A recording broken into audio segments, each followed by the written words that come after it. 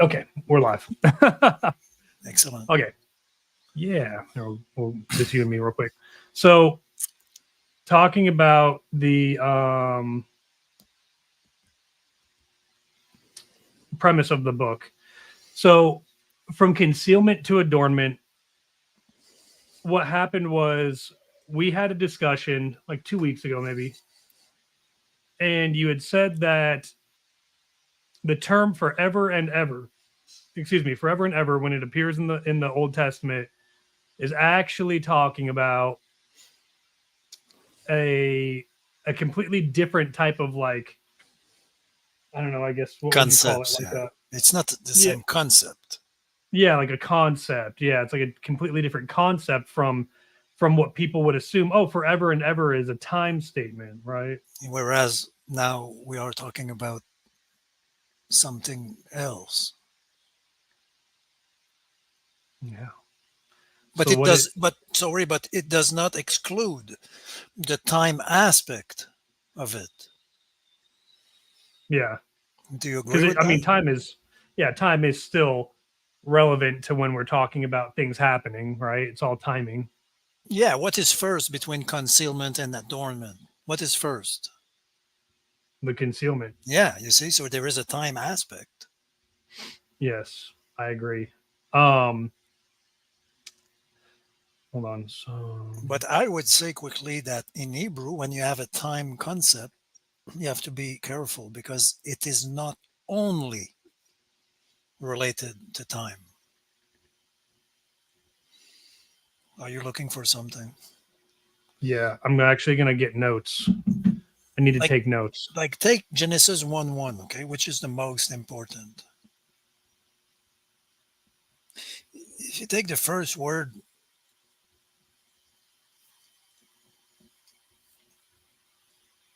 Do you want to share your screen? yeah, if you take the first word of Genesis, what do you have? You have a time concept. Mm-hmm. Do the request, and I'll let you share your screen. What There we was go. this? So if you take Genesis 1:1, generally we translate in the beginning. Mm-hmm. So now this is a time concept. But in Hebrew, the word reshit is not only a time concept. That's my point, which is often the case in Hebrew. Before we talk about concealment and olam, and this is the first word of the Bible. Right. It's time concept, but it's also a first fruit, literally. Look at you see Genesis 1:1, generally we translate beginning. Genesis 10:10, beginning, generally we translate. Mm-hmm. But you see Exodus, the first of the first fruits, which is the first. Right. Right. You Yeah. see? And now Yeah. elsewhere, you have in the Leviticus first fruit, like period. You see? First fruit. So the concept of first fruit, if I could ask you a question, Yeah. is the concept, in your opinion, is the concept of first fruit related to time, or related to time and other things as well? Mm. That's my Mm-hmm. question. Mm-hmm. What is your answer? Like So first fruit, for example, even in English, first fruit, is this related to time or also to something else? yeah, so we know that Christ is the first fruit, Great, right? hallelujah! And this is the first word of the Bible. And so I think giving an uh, entomological breakdown of how we see Christ in the first word of the Bible is, I guess, part of, okay. So we see here in the Bible where God says that He declares the end from the beginning, right? Yeah, yeah, good point. Okay. So Good, God says, good I point. declare the end Yeah, from the beginning. yeah. So he declared also the adornment from the concealment as well. Yeah. So this is Isaiah. Okay, so this is Isaiah But 46:10. So just a let's moment, just before yeah. going further, if you take reshit, the first word of scripture, it's a feminine word, reshit. But now the masculine version of it, if I may say that, is rosh, which means literally head, Head, like the top of something, the head, like Mhm. your own head. So now, who is your head? Christ is the Yeah, yeah. head and the This is body is the yeah. This is the very first concept of scripture. Imagine that, rosh. I mean, the word is used like almost 600 times. Rosh. This is a masculine version. So the first time that Rosh is used is in Genesis 2:10. And the river went out of Eden to water the garden, and from thence it was parted and became into four heads. So just note that, okay, for the moment. And this is the feminine version, Reshit, which means, I mean, you will tell me, it means first, it means beginning. I like choice part. yeah. You remember Martin and Mary? Martha and Mary. Mhm. And what did Jesus say to Mary at the end? He said, "You took." I don't know what you say in English, and I know only the French translation. You took the best part. Mm. What does Jesus say to Mary? Yeah, yeah, he says you This, have chosen the good portion, yeah, the choicest part. You see, this is the first concept. which not will be taken away from her. Aha. Hmm. Okay, so this is what we should say to begin with. No pun intended. So now you wanted to talk about Isaiah. Uh, said, Yeah, yeah, 46:10. declaring the end. Yeah. So this is in this phrase there you have the two concepts. You will find them elsewhere, and you will find them also in the Greek of Revelation when he says, "I am the first and the last." Yes, the So beginning and the end. yeah, yeah. Right. These are the concepts. So you see, look at this. Mereshit, from the reshit. So this is exactly the same word. And the other concept, the end is acharit, which is hard to pronounce. Acharit. And this is the end. So this is the other side of the mirror, and it comes from the verb achar, which means, let me find it, to to be behind somehow. I don't really explain well, but it's to be behind. Delay, you see, to come after. So it's the end. You see, it's what comes after. You see this after. Mhm. So acharit. So you see, the two great concepts are reshit and acharit. So now Isaiah says that the acharit, is already declared from the reshit. Now, what do you have to say about that? Yeah, I mean that's so that's where we get into Christ being the end, right? That word end is a telos. It's a goal. So what we get from this just in the first word of the Bible is God is saying, I have declared the end goal from the very beginning, which would Yeah, be so I sorry, I Genesis don't want 1 to 1. interrupt you, but is this still a goal? Let us try to find a deeper concept than goal, because if the goal is already attained from the beginning, was this a goal after all? Right. Well, he it's not that it was attained, but that it was declared. So God Yeah, decreed he was going to do something yeah, and that verb is in Genesis 1. important, and it's not dabar. You see, this is not davar. It's another verb. It's nagad. So this is not the verb davar. It's not the logos, if you want, in Greek. So Right. it's to make. I don't know what's the first. You see, to tell. Yeah, to tell. They translate tell. It's a declare. It's a telling. You see, to tell. It's not davar, which is a speaking. Okay, Mm. this is a declaration. It's a telling, literally. Yes. Okay. So it's to tell.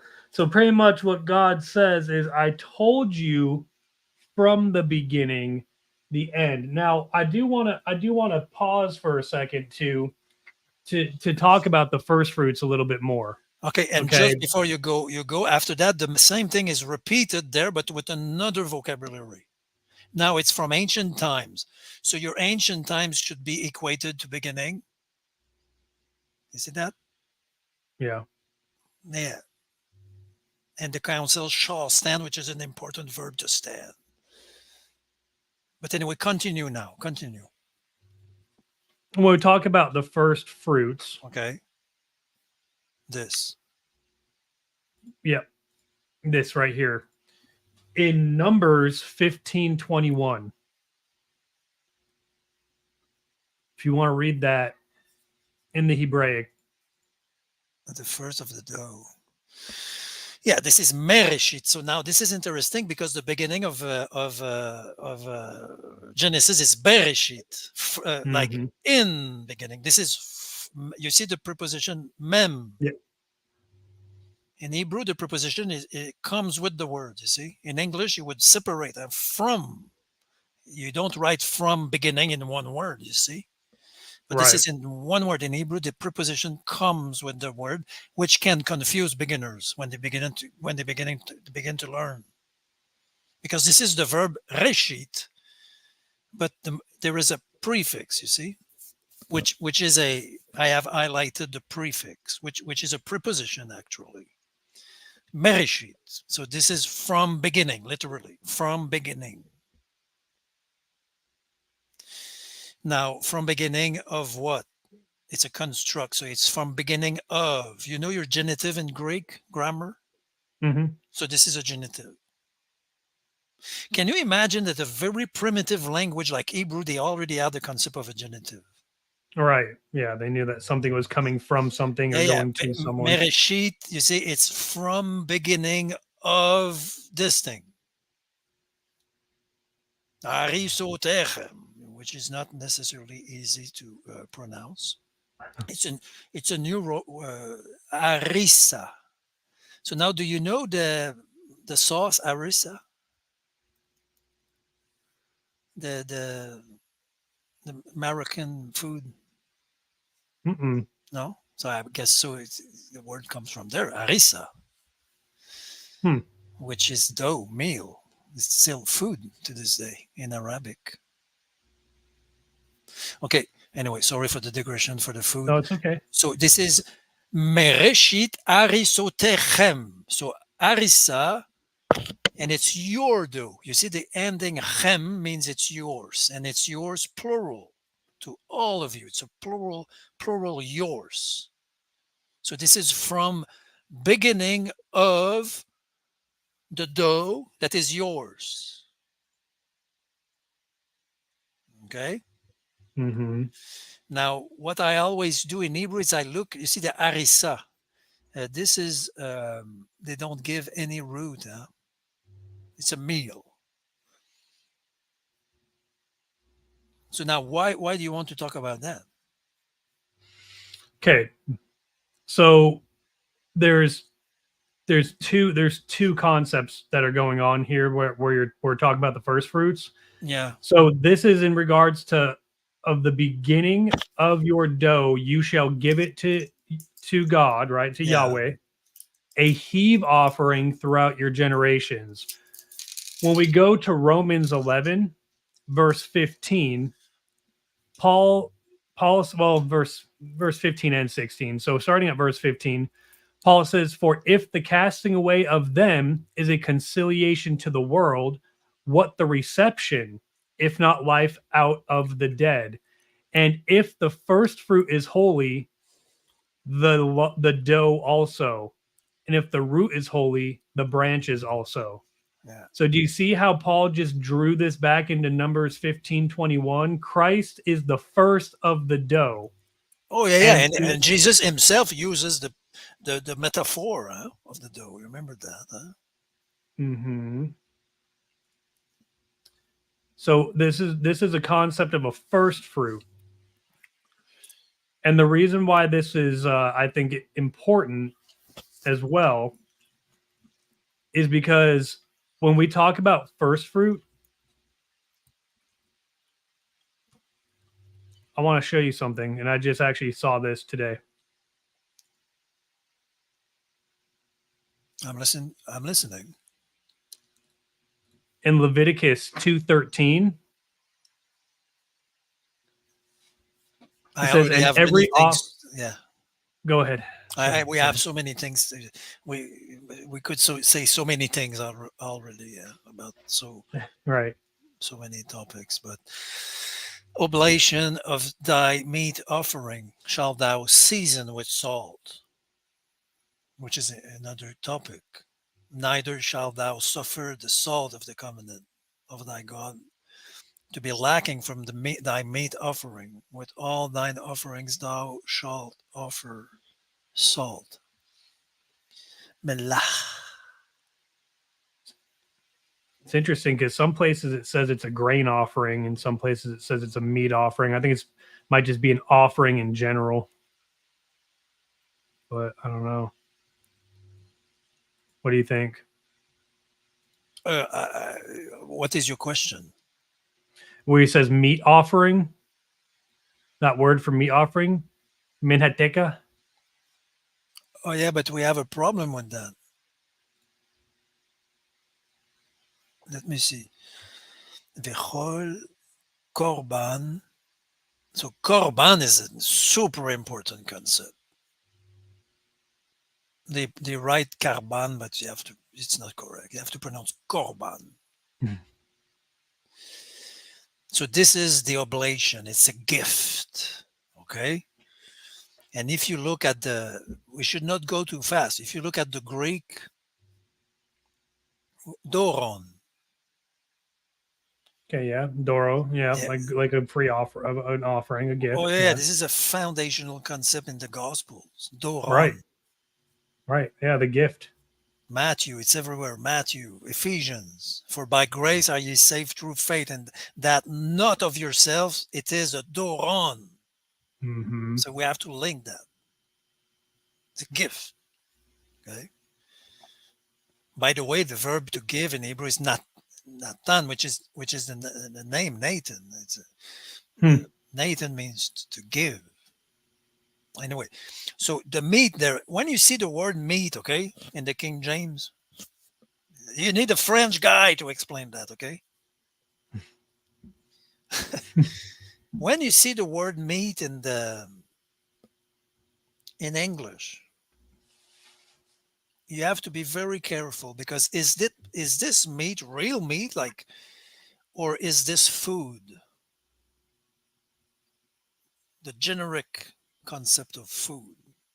Right, So you have to check korban min techa. This is super tough. So this seems to be. They don't say that it is meat. It's a sacrifice without blood. Look at that. mm-hmm. Look at that. What do you think about the word meat now? Right, yeah. So it would make It's a more sense if problem. they were referring to just like food in general, some kind of food offering. The new King James said grain. Mm-hmm. Look at the problem. It's not meat. When you say I don't eat meat or I eat meat, you think about like beef and chicken. And Right. okay, so this is the old meaning of meat in English. You see there, they say grain. Yep. Mr. Young is generally quite. He's quite clever. He says every offering thy present. You like that? Right. He avoids saying it either way, whether it would be meat or not meat. Huh? Without being wrong. Yeah, he's not wrong. He's just avoiding the problem. There they say grain. They say grain. What do they say in French? This is Protestant French. It's not.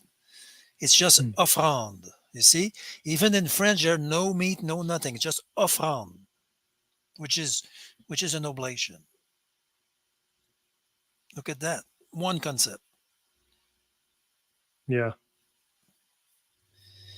One concept. One concept. In Hebrew, sorry, in Latin, quid obtuleris sacrifici. So it seems to be a double concept.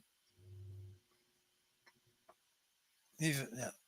You see that? Obtuleris sacrifici, which is my favorite language, but it's often full of bullshit. Yeah. Yeah. So now, this is what I have to say about this thing there. But you seem to see in that verse something I don't see. The salt is super important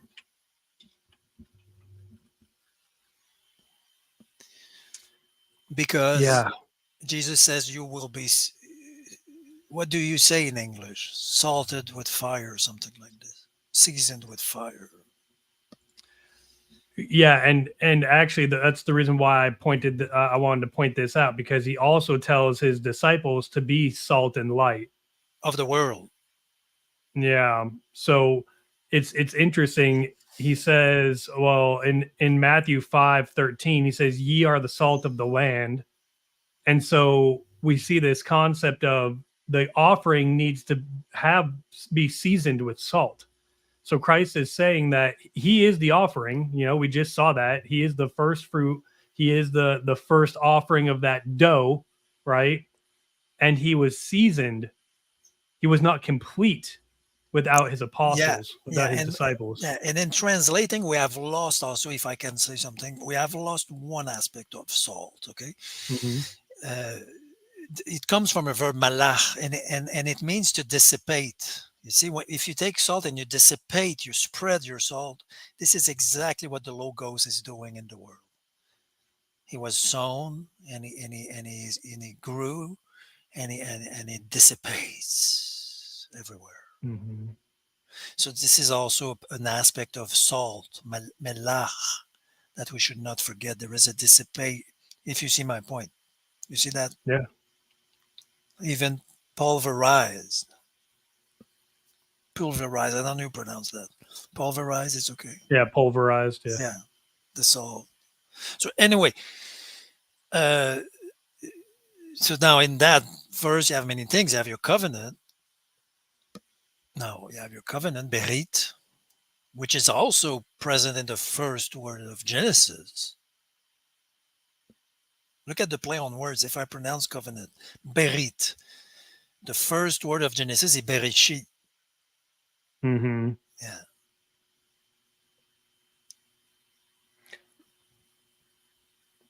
Yeah. And for it to say, and not you shall allow to be lacking the salt of the covenant of your God from your grain offering with all your offerings you shall offer salt. So I mean, yeah, this is I this begins to open up scripture, I think, on a level that a lot of people might not understand because Christ was that sacrifice. He was that ultimate oblation, right? Whether it's a meat Oh yeah. sacrifice or a meal sacrifice, Oh yeah. and he If was the animal sacrifice of too. course, if this is where you want to go, I'm in. Huh? Well, I I mean, I found if I can digress 2 seconds, yeah. I found in the concordant Old Testament what I consider an error,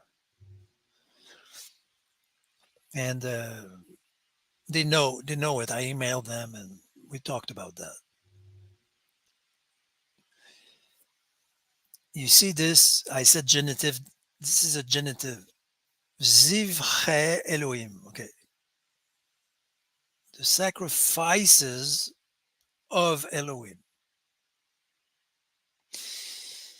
Now, other translations, including the Concordant, they say the sacrifices to God. Anyway, I will not look. I will just say what I saw in the Concordant. The Concordant reads the sacrifices to God. Now, there is a great difference between the two, if you think about it, especially if you read the rest of the passage. Is this the sacrifices to God? Who is a broken spirit? Yeah, it's having a broken spirit is what is of God. Is this like your own sacrifice, the religious sacrifice to God, or it's a sacrifice of God? Right, yeah, it's a sacrifice of Oh God. yeah, and the King James is absolutely literal there. Now, I had a conversation with Tony from Concordant, and we tried to find the reason why they gave. You see there, they say tousia toteo. You see the Greek.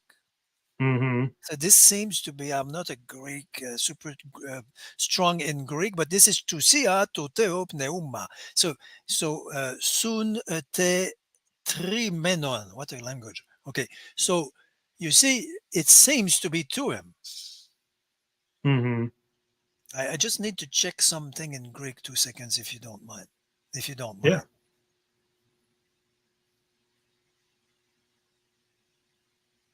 It's a dative. Greek grammar is a nightmare. It's a dative, so quickly I would say to God. And in Latin, they say sacrificium Dei spiritus, which seems to be okay. So there is a big, you see, this is not a religious act, if you see my point. Yeah. It's a divine act, if you agree with that. Yeah. Absolutely.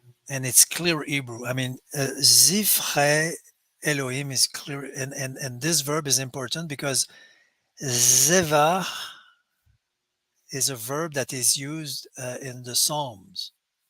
We will not go there, but it's used. It's to just a minute. I will show you quickly. It's a sacrifice, sacrifice,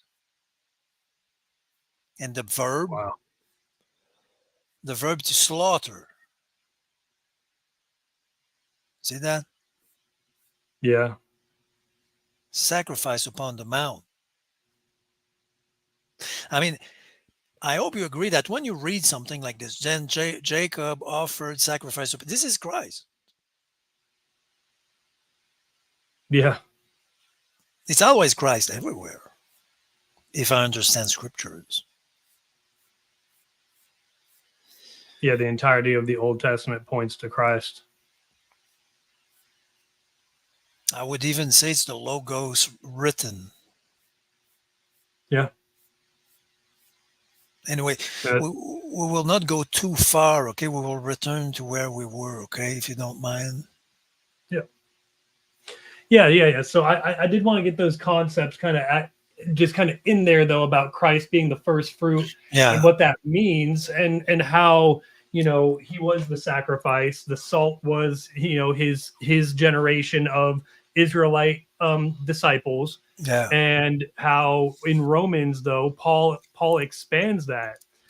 Paul says, hey, it's not just the Israelite disciples that are holy, because if their rejection brought conciliation to the world, right, is the conciliation, there is the Israelites, yeah, right? So he's saying, but hey, if the first fruit is holy, also the dough, and if the root, even if the root is holy, even the branches, right? And he's saying you are grafted into the branches, you are part of this dough. So I think that that's really beautiful that of course. that's in the first word of the Yeah. Bible. And don't forget that when Jesus, after having told many parables, he says there is only one parable that explains everything. and it is the logos. This is what he says in Greek. The logos, sorry, the seed in the parable, sorry, plural parables. The Yeah. seed is the logos. Only that could make a super beautiful book. The seed is the logos. This is what Jesus says in Greek. Yeah. Luke 8:11. Okay. So yeah, actually Luke 8:10 really is strong. So and he said, to you it has been given to know the mysteries of the kingdom Notice the of verb God. given, by the way. The verb given is foundational, by Yeah, the it's way. offered. Oh, It's yeah, an we should offering. underline that. Yeah, but we should underline that verb because it means everything, in my opinion. We could talk about that verb forever. It's given. I have a question for you. Name one thing in your life, bad or good or bad, that has not been given to you. Right. Yeah, absolutely. Name one. Yeah, there's nothing.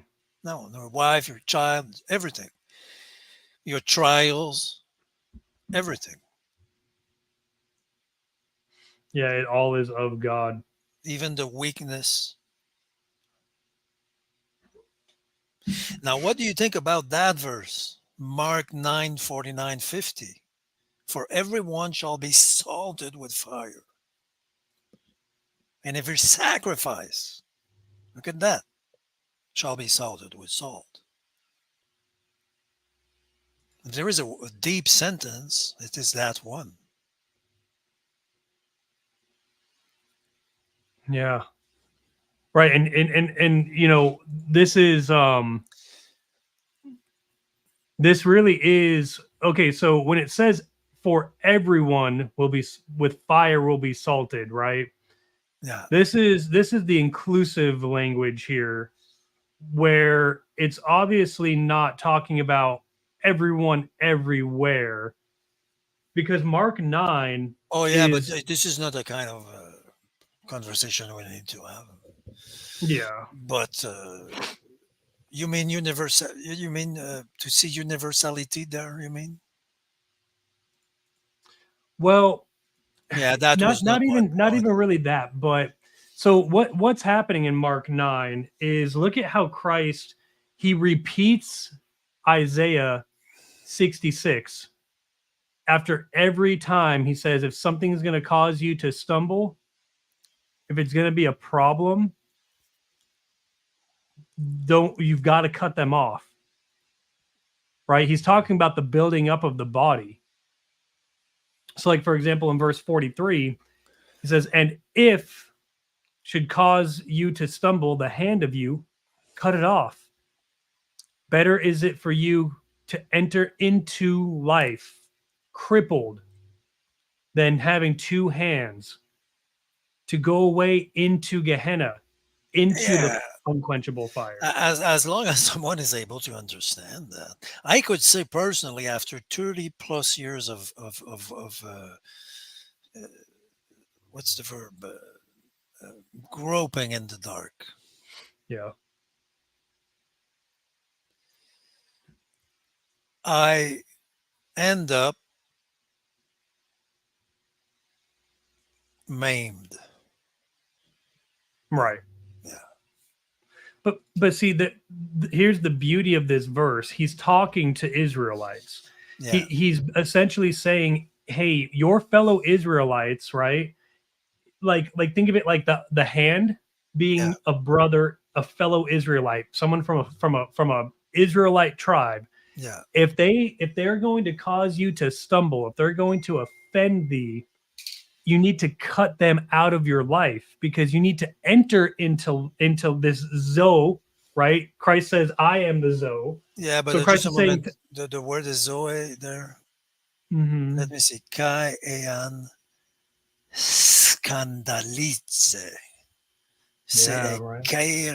cair sous apokoph. What is that? Apokopson. Am I right? Yeah, cut it off. Apokopson. Toss away from probably. Apokopson. I'm okay. Outen. Kalon. Soyestin. Kulon. Eis. Ten. Zoan. Yeah, so this is the Zoe, the life. Yeah, Right. that's So real life. so yeah, so Christ is warning them, if you want to enter into me, right, you need to cut off the person that would cause you to turn away from me. Hmm. So it's better for you to go in there maimed than to have two hands and go into Gehenna, where that fire shall not be quenched. And this is going back to Isaiah 60, 6. I mean, it's the last verse of Isaiah. It's Isaiah 66:24, the final verse of Isaiah, talking about the new heavens and the new earth. Yeah, but And just a they shall moment. go. Yeah, Yep. but look at the root of the verb to be maimed. Yeah. Look at that. Rolling in mud. Yeah. Anyway, we go very fast, but continue. No, it's okay. So what Christ does is then he harkens back to Isaiah 66:24. This is talking about in the new heavens and new earth. Okay? In the new heavens and new earth, they shall go forth and look upon the corpses of the men who have transgressed against me, for their worm does not die, and their fire is not quenched, and they shall be an abhorrence to all flesh.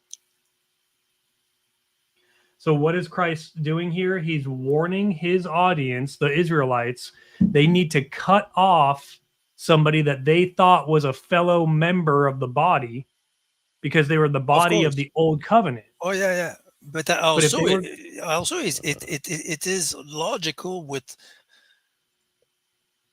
the concept of election, if you think about it. Because if you elect your beloved, okay, you reject all the other women.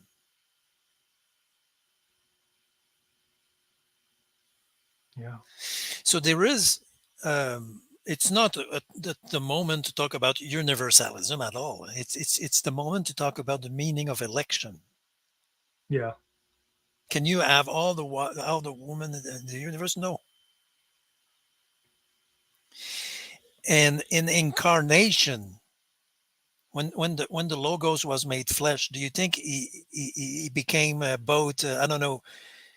It was made. You see Jesus, but do you think like it was in a specific time and space? If you see my point, Jesus, the Jew, you see, 2,000 years ago.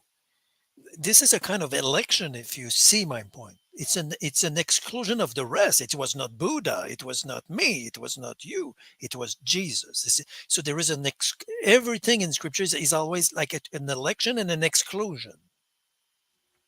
yeah. Oh well, yeah. Always. Tell your wife tonight, Absolutely. I have excluded all the other women of the universe. You see my point? Yeah, and it's true. There is something It about love behind that.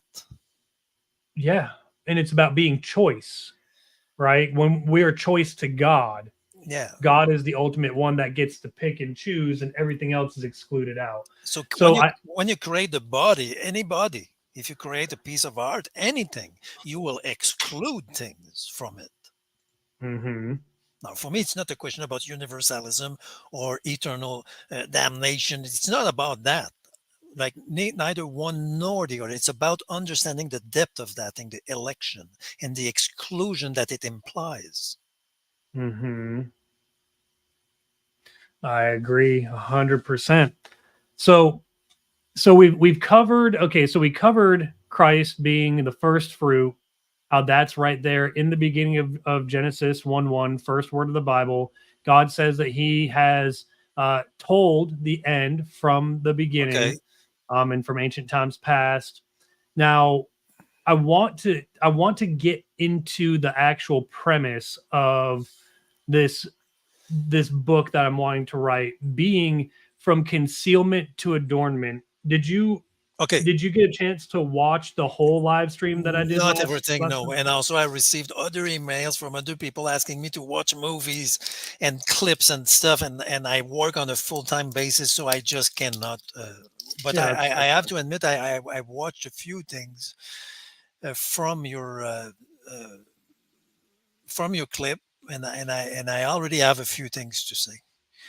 So So yeah, where I want to start with it, because I want to get your opinion on this, yeah, where I really drew the basis of it yeah, from is in Genesis 3, when Adam and Eve realize that they were naked, right? Because the yeah, yeah, eyes of them were opened and they knew that they were crafty, right? So yeah. they realized that they were crafty, and so they sew fig leaves and to make themselves girdles. I believe that when I read further on, okay, it says here that in verse 11, he says, "And he saith, Who hath declared to thee that thou art naked? Of the tree of which I have commanded thee not to eat, hast thou eaten?" The man said, "The woman," right? Da da da da da. Yeah, yeah. And then if you look here, he says he asks Adam something. He asks him, "Were did you intend to hide yourself with the fig leaves?" And it's right here where it says, What verse? da-da-da-da-da, um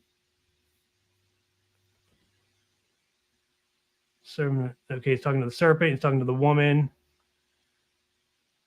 Oh yeah, okay. um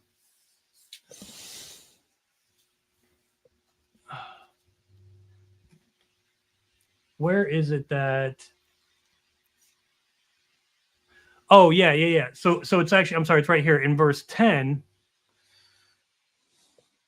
Sorry, it's in verse 10. "And he saith, Thy sound I have heard in the garden, and I am afraid, for I am naked, and I hide myself." So we see that they had sown these fig leaves and made girdles for themselves, but he says, "I am still naked." So I don't know if because then God creates coats of skin for them and clothed them. So I think that they didn't even have a chance to adorn themselves before God, was walking up and down the garden. And so I want to say something real quick about this. In my opinion, when they hide, okay, so they're hiding in the trees, right? They knew that they were naked, and in verse 10, he hides himself. That is the concealment. And in verse 21, you get the clothing, which is the adornment. And so I see your point. in between verse verse 10 and 21, you get God declaring the end from the beginning. Yeah, yeah. So he The, declared the garment from the very nakedness, yes, if I because understand. what you get between these verses what people would call the proto evangel. Oh, yeah, yeah, yeah, yeah. I understand that. Yeah, but Paul would have said very similar things. He would have said it's a shadow somehow. Exactly right. It's a shadow of the realization. Yeah, Um, yeah. and It, and it, the it was also a language among the Greek philosophers. Plato used the same kinds of metaphors about the shadow. It's typical metaphor. Yeah. But I would like to say something I just discovered 2 seconds ago. Mhm. What do you think about naked? You can read the word clever or crafty. Okay, so read both. Okay, naked and crafty, like both, like a double meaning. Okay. Mhm. Now there you have hid. Now read another double meaning: hid and also loved. Loved, because it means both. I just Really? checked. Yeah. So this is a grave sin. Think about that. Read it, please, with hid, and please read it. Read it out loud with crafty and loved, please. Yeah. It says, and he said, I heard thy voice in the garden, and I was afraid because I was crafty and I loved myself. This is interesting. I'm not saying that it's the real only exclusive meaning, but it's interesting to see that. Va e have means I hid myself, but look at this. I hid myself, but it comes, you see, they say compare with this to love. I cherish myself.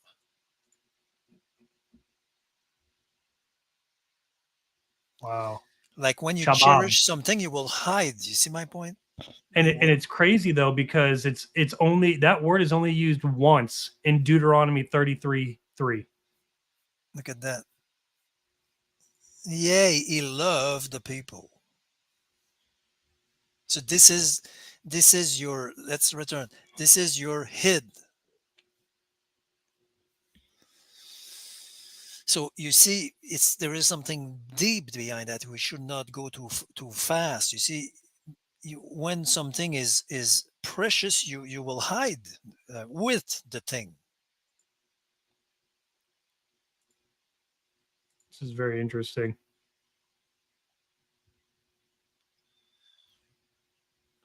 I mean, really, like let's look at this. If it what if this actually goes more towards hiding, and we read Deuteronomy 33:3 as yes, he hides the people.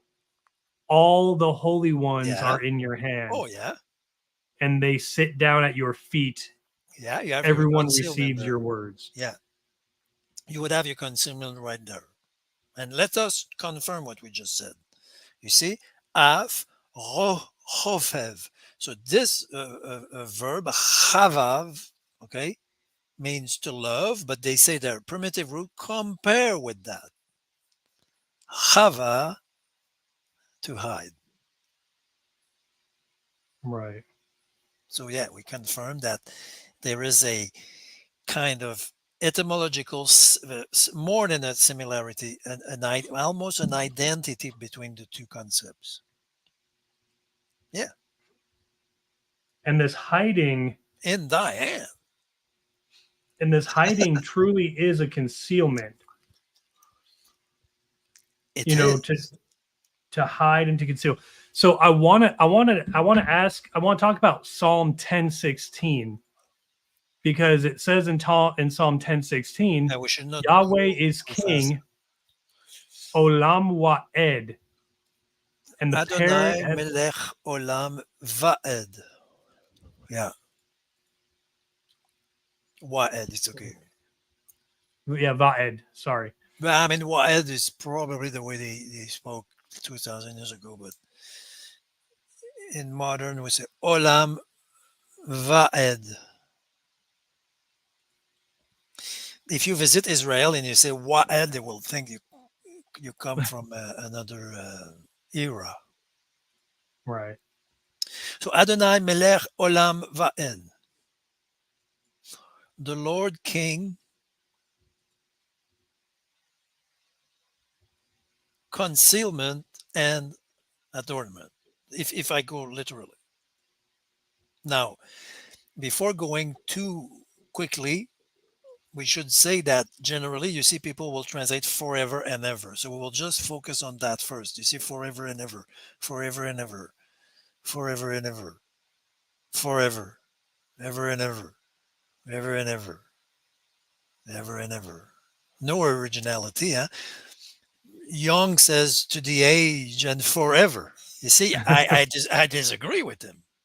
Right. What's the meaning of to the age and forever? It's even worse. Right. Anyway, the the Latin is the culprit, and Dominus Rex seculi et eternitatis. So this is the century and eternity. Think about that. What do you think about that? It's a century, like an age, because in Latin and in French also, by the way, a century means an age. It's not 100 years. So, Interesting. so it's an age somehow plus the eternity. What do you think? It's not. It has no meaning. You cannot make real meaning out of that. Now the French, it's forever and for it's like, I mean, it's forever and it will last forever. They say, yeah, of course, I guess. You know some Spanish, eterno in perpetu, not better. Hmm. So we are stuck. So now at that time, look at the Septuagint. Basileusei kurios eiston iona kai eiston iona to ionos. So the concept of the ion was already there. You see, Right. And it's a singular to the plural. it seems to be so. It seems to be far fetched, actually. The Greek there, ton iona kai eiston iona to ionos. I mean, it's from the age to the age of the ages, something like that. This is not a literal translation of the Hebrew. Look at the Hebrew is just two words. Look at how Hebrew is. Uh, how could I say? Constructed. Yeah, it's very concise. This is olam va'ed. This is we will translate age and. Before we go into concealment, I just want to say that forever and ever we will forget that translation. Okay, and we could propose like age if you want and until. Let us accept Right. that first translation for the moment. Okay, age and until. Look at that. They say perpetuity, but it's a cousin of. You see, I mean, if you can just believe me, it means until. I hope they will explain that somewhere. I don't want to go too far. I will show it tonight. Now I will show it right now. This is 70. You see 5703. Okay, Hmm. and with the same spelling, you have 5704. Same spelling, same word. It means until. So let me return to the text because I had a point to make. Okay, okay, okay, okay, okay, okay, okay. And I will put that bigger. Okay. So now we could justify age and until. Now, this is interesting because you know that in the scriptures, as we just said, you have beginnings and you have ends. You see, you have the first and the last. So, there, if you have an age, you have an until. For me, this is at least meaningful. Okay. Now, what I think when you began to be, if I remember, to be excited is when I said, yeah, but what's the meaning of olam? Like the Hmm. primitive meaning. And generally, what we do, and I had never read anything about that. I'm not saying it has never been written anywhere. Rabbis wrote everything you could imagine, but olam comes from a verb. Generally, in Hebrew, you have to expect that a word comes from it's alam, it's a verb, you see, and this is to conceal. So, this is the first note we have to take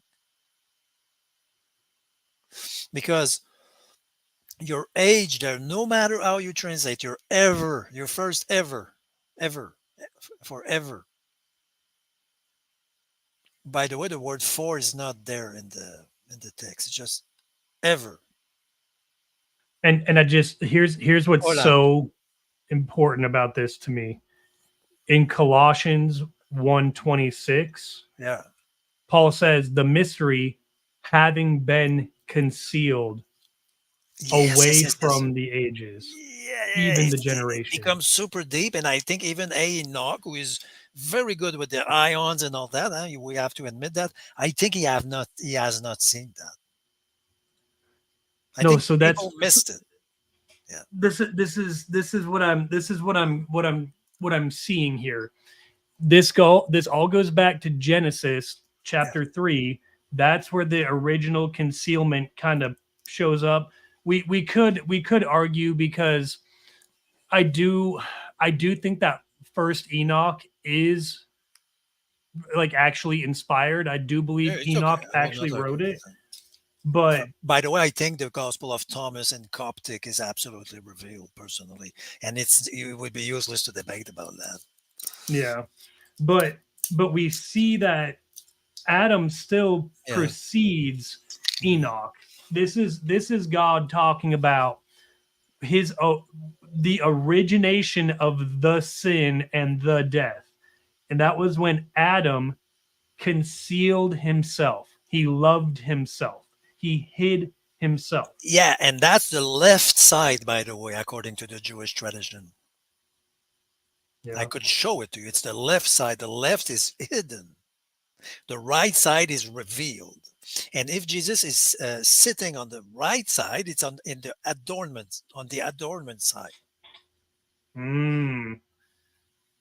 Do you see that the left Oh, and the okay. right I is see. extremely Mhm. important? The left, we will go there if you want, but the left is dark and the right is light. Right. Right. I see. I see. You would So not let's. sit Jesus on the light on the left side. Do you see my point? Yes, I understand. And the sheep go to the right, and the goats go to the left. Yes, and Jesus, when he was on the cross, I believe he was on the left. He was in the left. And this is where you are crucified. You cannot be crucified on the right. Mm. And after that, Now he let's sat on the right. let me say this. So if you had to literally transliterate this verse of Psalm 10:16, I would how would translate you Adonai, King, and I would give three translations for what comes. I would say age and until. I would say ever and ever if you really want to, you see, to stick to the English tradition. I'm not against that. And I would also propose, and we were not there yet, but I would propose concealment. This is not new because Alma, a virgin, is the same. Olam, Alma is the same.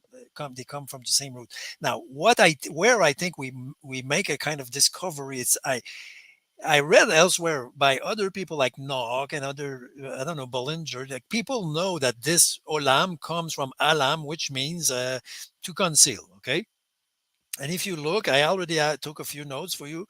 I will email them to you. If you look, a virgin also comes from there. Alma, a virgin is concealed. You see that? So this is not an absolutely new discovery. Where I think we found something, as far as I know, is I wanted to know what's the meaning of Ed there. I knew that it was a kind of until, as I just said, but what's the root of it? You see, this is even scholars they don't always go far enough. You see, like this is a word, but the word has an origin. Ad comes from the verb ada, and it's a primitive root. Look at that. You see, I cannot click there. You cannot go further. This is the primitive root. In Hebrew, notice three letters. Actually, I had a discussion today with one of my students who is a Muslim, and it's the same in Arabic, three letter roots, both in Arabic and Hebrew. So ada, three letters. So this is a verb. It's a root verb. So what's the meaning of it? You see, the meaning of it is very clear. It's to deck, to adorn, to do you see adorn it? They say there or deck or adorn. This is the King James decked. Decked. So how many times? How many times? 10 times, which is important, by the way. 10, the word and God said has been used 10 times in the act of creation in Genesis 1. So, so this verb ada is extremely important. It's a decking, it's an adornment, and it's also you see to advance. You advance until you see, and let's say take a metaphor. You advance up to the beloved, and you adorn her with the garment. You see, this is the meaning behind that. There is a movement towards an adornment with ornaments. Okay, so now when I saw that, remember we were online with Ace. I remember that, Hmm. and I said, I think I found something, and I said, this is concealment and adornment, and I said, wow, and you said, wow, Yeah. because because it's because it's wow. I mean, it just it what it really does is I believe that it opens up the concept. I think is still there because at the time of the adornment is the ages, right? That's the plural, and that is the true forever. It Yeah, doesn't need to be forever and ever because that's redundant, but at the time of the adornment would be at the time of the beginning of the rest of time.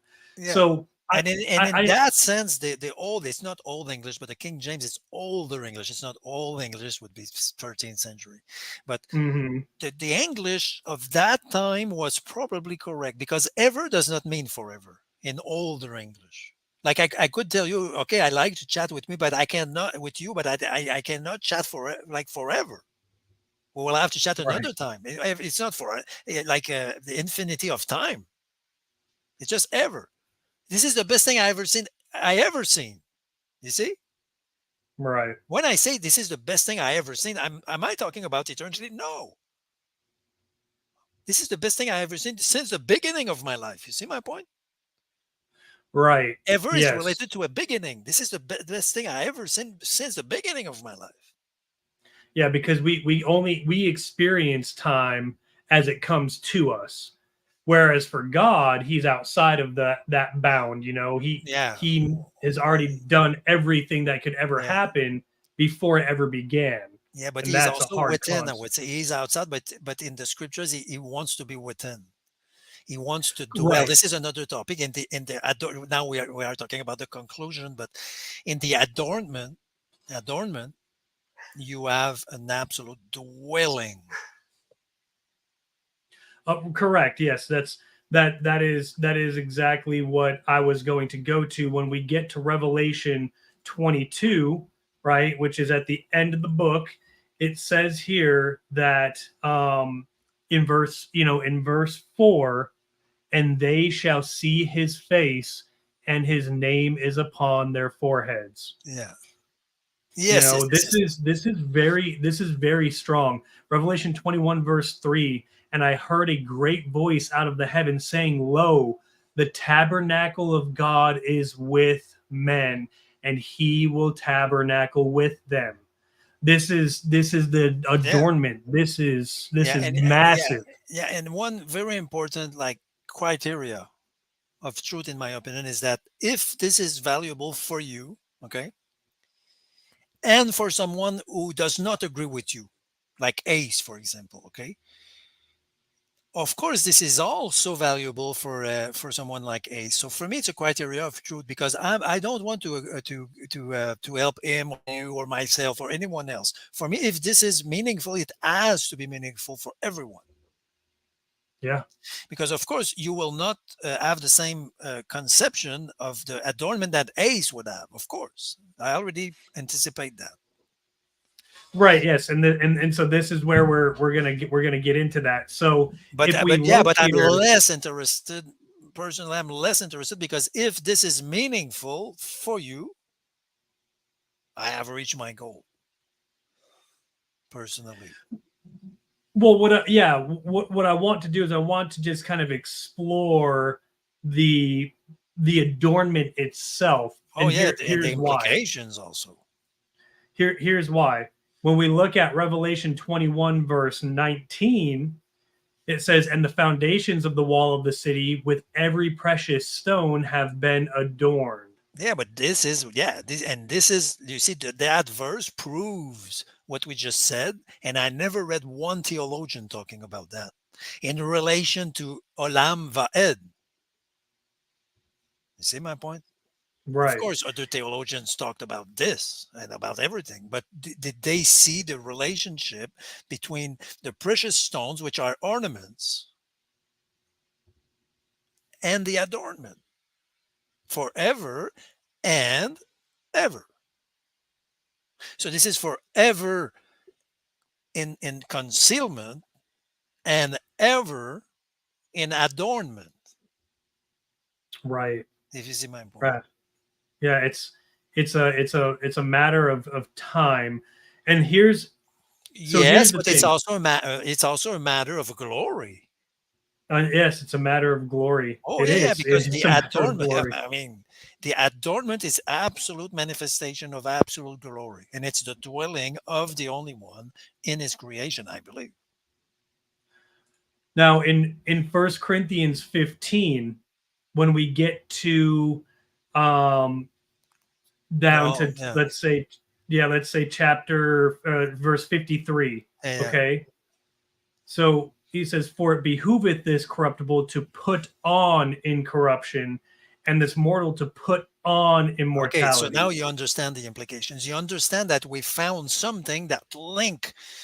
You see that will link to other things in Scripture that I have not personally ever seen ever. Yeah. Like repeat what you just said.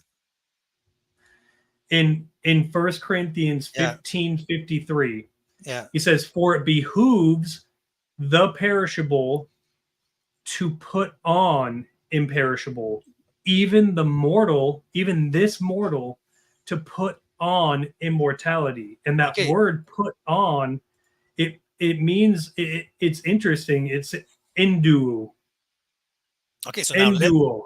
yeah, yeah. So return to the Hebrew there. The Lord King is forever and ever. Okay, both in nakedness and in non-nakedness, both in mortality and immortality. You see my point? Both in concealment and adornment, both in weakness and strength, both in darkness and light. This is the way I see it. Yeah, So it's not just time. You see, it's not just first and last in terms of time.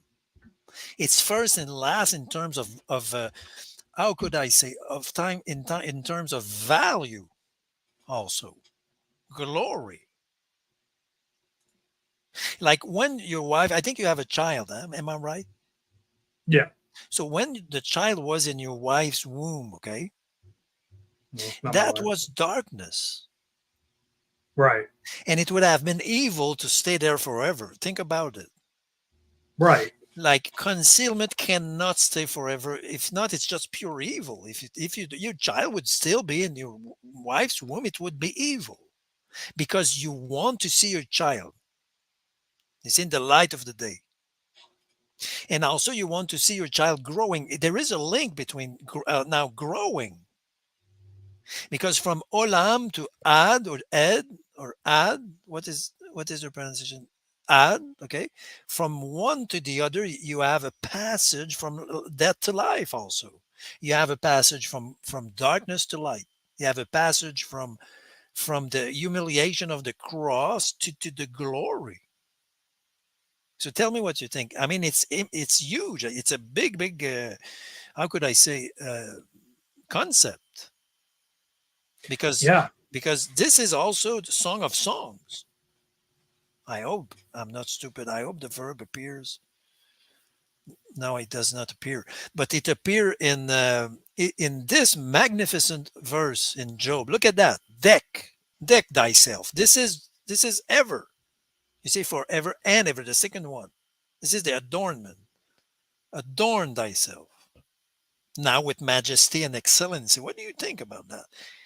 For me, this is now I understand that this is a prophecy of the end. yeah, And array thyself with glory and beauty. This is the other side of the olam. And without having understood what we just talked about, I would not be able to see that in Job 40:10. Look at the first ad. This is ever. It's the second ever, forever and ever. So anyway, tell me what you think. Yeah, I mean it's the I think that the undoing of the curse of Adam would be the adornment. And you Yes. get the type, right? You get the shadow of that when Adam hid from God, so he was concealed, and then God clothed them. That was the adornment. And my personal belief is that on the day that this happened was the day of atonement. Before God Yeah. ever gave the feast days, that animal had to be killed to make the covering, to make the coat of skin. Hmm. That was the first propitiatory killing. Hmm.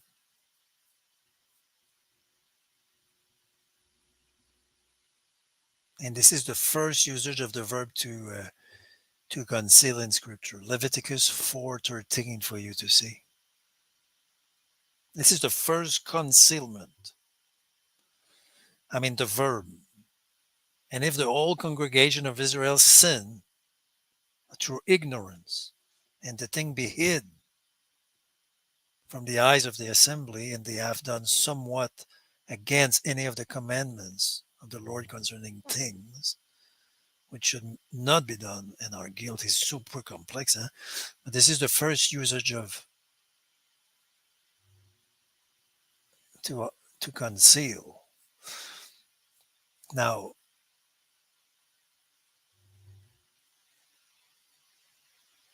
I think the implications of that are extreme. Personally, when I discovered it, it was in Psalm 145. I was reading that, okay, Mm-hmm. and I saw forever and ever twice. You see, forever and ever, Mm-hmm. forever and ever. And I said, this is not normal. And I even found another verse where they say that almost at every verse, forever and ever, everywhere. So I said, this is not like normal somehow.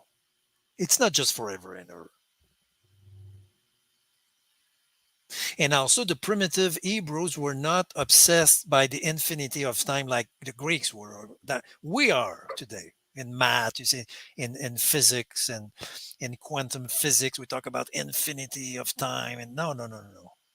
They were from the wilderness. I mean, it's a primitive language. So it cannot just be from infinity to infinity. It cannot be so. So Right. I was reading that and I said, this is literally for leolam va'ed. So now this is for concealment and adornment. So I said, wow, this is meaningful. Because read the psalm now. I will extol thee, my God, O King, and I will bless thy name, which is related, you see. I will bless thy name in concealment, you see, and in adornment. I mean, for me, So it's it's in. extremely, It's them uh, being in but, something. but in or two or four. Like if you translate literal, it's four or two. I would say four there. Four. You see the prefix lamed there.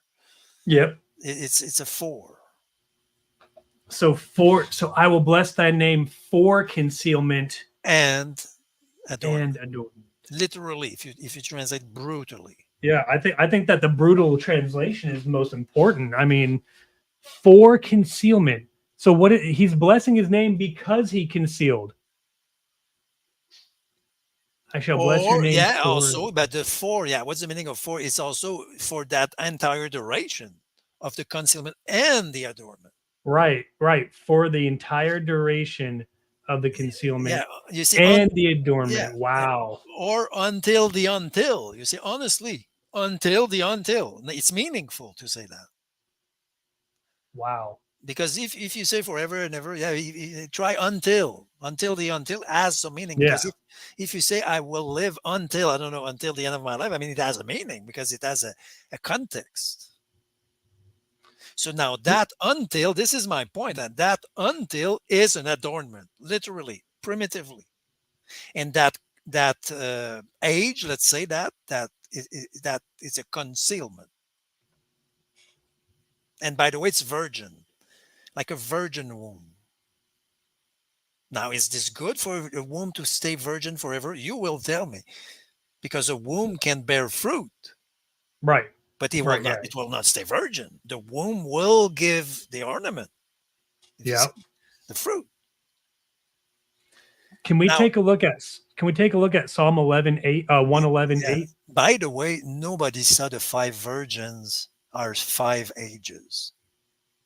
Nobody. Oh, Nobody in saw. Matthew 28 or 20 Nobody 25. knock. Nobody saw.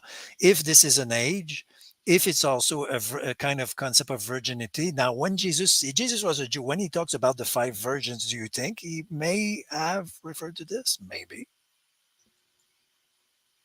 Maybe. I'm trying to open the door. Right.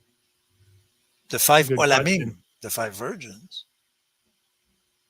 Oh yeah, the good, what the good virgins, the bad virgins, the faithful. I don't remember Wait, which one was that in? the virgins. Jesus talks about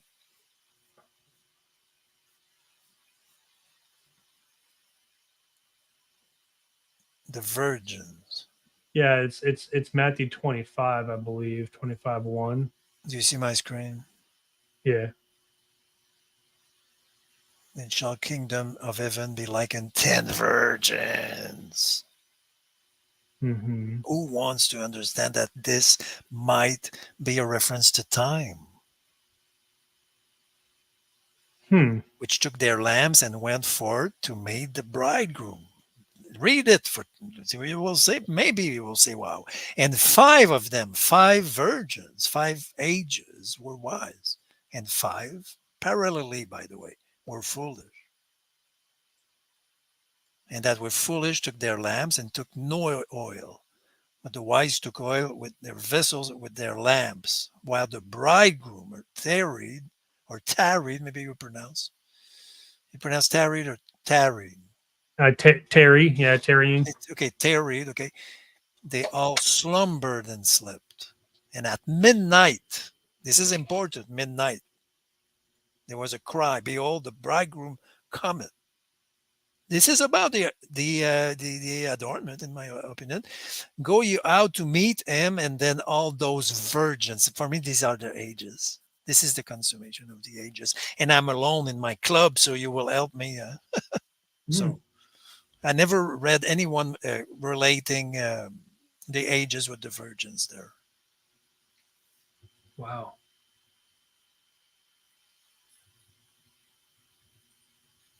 You will tell me what you think. I think it's related to time. You see, he said they have Yeah, more. that's crazy. I never would have thought of that. And he I answered and said, gotta. I say unto you, watch, for you know either the day nor the hour wherein the Son Man cometh.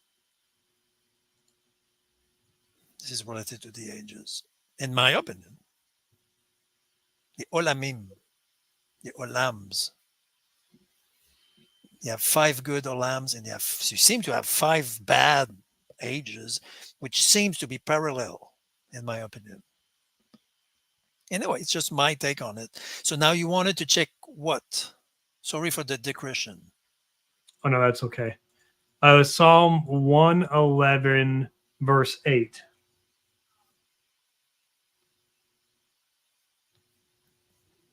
Stand is an important verb in Hebrew. Simuchim. So this is not to stand. This is to lean. You see, we have to check, because this is not to stand. This is samach. Is to sustain, to put, to lay. It's not strong like stand. Lay. Okay, it's okay, but it's not stand. So semuchim la'ad le'olam. Okay, so this is for adornment, for concealment, literally. Now, see how it's backwards. So that's Yeah, crazy. you They will tell stand me. I don't know fast why. for I don't know so why. so they stand fast for adornment and concealment. What is it that stands fast? The works of his hands and his precepts. Look at verse 7.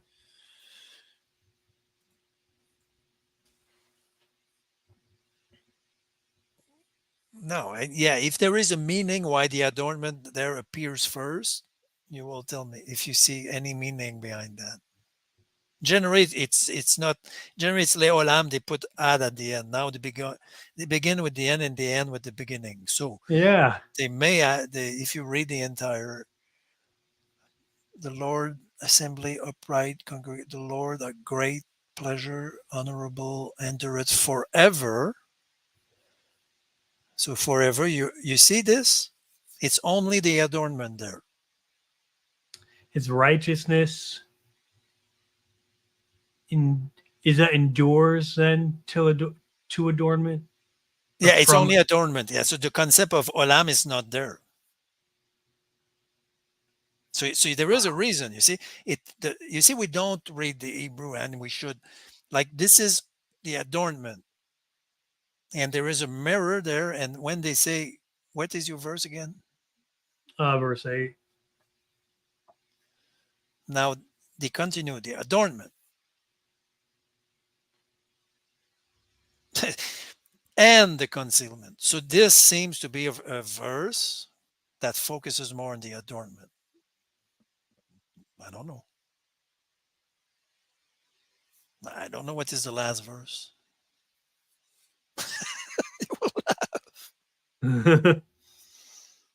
You have you see you will laugh. I hope you will like that because what is this word? Reshit, the first word of Genesis.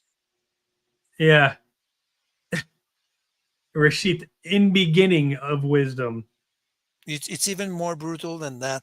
This is Reshit Chochma, beginning wisdom. Beginning wisdom. It's the reason why the Jews they say that in the beginning was the wisdom, and John says in that wisdom was the logos.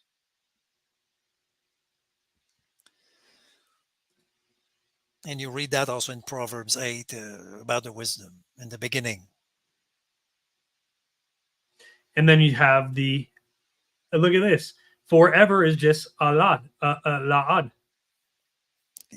So you got it. You found something probably. You see, they begin with Ed. It's not Olam. They finish with Ed. It's not Olam. So it's not the same kind of ever. You see the point? Yeah, It's also you saw it. I did not. So la ad, and the only place where they say Olam, it's in this one. The Olam appears there.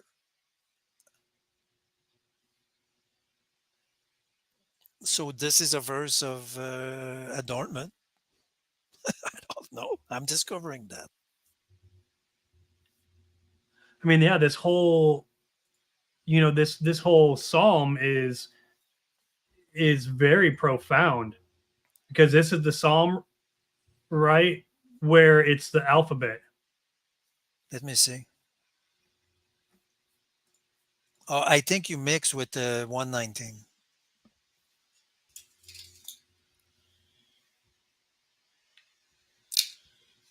Am I right? Well, Psalm 119 has it, but so does this one. But I don't want to argue. But this is not the Or, alphabet. or am I wrong? Because I'm seeing when I look at at least when I look at the Young's literal, it has the each verse is broken down. Yeah, but I think I think you are mixing two psalms. Honestly, Wait, in the This- YLT. It doesn't have that. It doesn't uh, have like no, the no. really. Here, I'm gonna share my screen real quick. Look at what it does on the. Yeah, but I think we are not talking about the same psalm. No, we're not. But because look at my screen. You see here Psalm 111. For some reason on Bible Hub, Christ. Wonder why. Uh, we will find why, but it's certainly not the first letter. Can you click on Hebrew, please, at the top of your screen? Oh yeah, yeah, yeah. Or we could do the interlinear, whichever. I just want to see the Hebrew text alone. Oh, here, I'll let you. Yeah, can I share my screen? Okay, Yeah, of course. so we'll just click on the Hebrew. Okay, so how many? How could they count? You just have 10 verses. Right. How could it be 22 letters? Let me It's almost see. like they're breaking the verses into different subverses or something. Aleph, bet, aleph, bet, gimel, dalet. Wow. Okay, I understand. Fudge. I will explain to you. Wow, this is a good one. First, you have to ignore Alleluia. Okay? You ignore that and it begins there. Aleph. Okay? Mm-hmm. And they cut that verse in two parts. Bet. First part of the second, Gimel. They cut in two. Dalet. You have to see it. Huh? Hey. Hmm. They cut in two. I did not see that. Vav. You see that? Zayin. Yeah. They cut in two. Chet. Tet. Uh, Yod. Kaf. You see that? Lamed. Mem. Nun. They cut. Samer. Ain. Pe. Sade. Resh. Shin. You have three at the end. Tav. Wow. I saw the alphabet. I don't know how. I mean, it's crazy shit, huh? Like, why? I know that in the old times, you see, it was a way to they used to memorize them. Huh? So it was a way to memorize. I know that because Aleph, Bet, Gimel. You see, if you know that this begins with a Gimel, so it helps you to memorize. But of course, it's deeper than that. And this psalm has pretty much every verse says forever or forever and ever. Which one you mean? um Psalm 111. Like look at verse 5. That's crazy. Verse 5 of Psalm 111 has the forever in there. Oh yeah, and Well, people will ever. Yeah, they don't read it correctly when they just read the quick will ever. You see. The problem is that when you read in English, will ever be mindful. The ever there has no big weight. You see my point? right. But leolam has a big weight in Hebrew, and it's related to the covenant. So I mean, this is literally like for the concealment of the covenant. Now, what's the meaning of that? When we say concealment, I mean this is virginity. This is like when your baby was in your wife's womb, and you have to remember that. Yizkor leolam berito. So tell me what you think. This is extremely three important words. First, to remember is an extremely important verb in Hebrew. Everything is about remembering. You see, and God remembered Noah, Yeah. and Wow. I will remember Remember my my covenant. covenant. You see that? So the concept of Boy. the concept of memory is related to the covenant. Yeah, and I bet you if you look in the Septuagint, this that remembered is the same word that's used in Revelation when it says, "And God remembered Babylon." So I will say this is Trophen Edoken. Let me see. Yeah, Revelation 6. Mnestesetai. This. I'm sure it's this. I'm not super good in Greek, but I'm quite sure this is. Yeah, I still remember. I'm not that Yeah, bad in Greek. and Mim, Mimnaseko. Yeah, yeah. It's the. That's the. Mimnaseko. Yeah, Yeah, and that's also the in one. Hebrews, you see. Look Yeah, at the you would look at have the to give root me. word of Yeah, that and look at the root word of that and see it's used in in the Revelation. Yeah, yeah. Eh, Revelation oh, yeah, 16:19. yeah. MN. You see that now my there. Mna MN. Mm-hmm. You see this? We still use this root in French and in English. Do you say mnemotechnique? Yeah, or mnemonics. Yeah. Yeah, this is about memory. Wow. You see, memory, MN. Wow. Okay, so now my this is probably a verb you will find in Revelation. This is important in Hebrew actually because John, when he wrote that, he was a Jew. He was not a Greek philosopher. Right. Okay, we have to pay attention to that. He was not nobody in the gospel, maybe except Luke and Paul, maybe. They didn't, maybe John. They did not really understand Greek philosophy. This is not the purpose of the Gospels. So we have to be careful. When you see a Greek concept, you have to find the Hebrew equivalent. I'm serious. So Yeah. Babylon is not a Greek concept, it's a Hebrew concept, for example. Remembrance, there is a Hebrew concept. Anyway, and the city, the great city, was divided into three parts. Yeah. You remember when that happened as well? The great earthquake, and every island fled away. It's it's Ezekiel 5:1. Yeah, I know Look at you. it.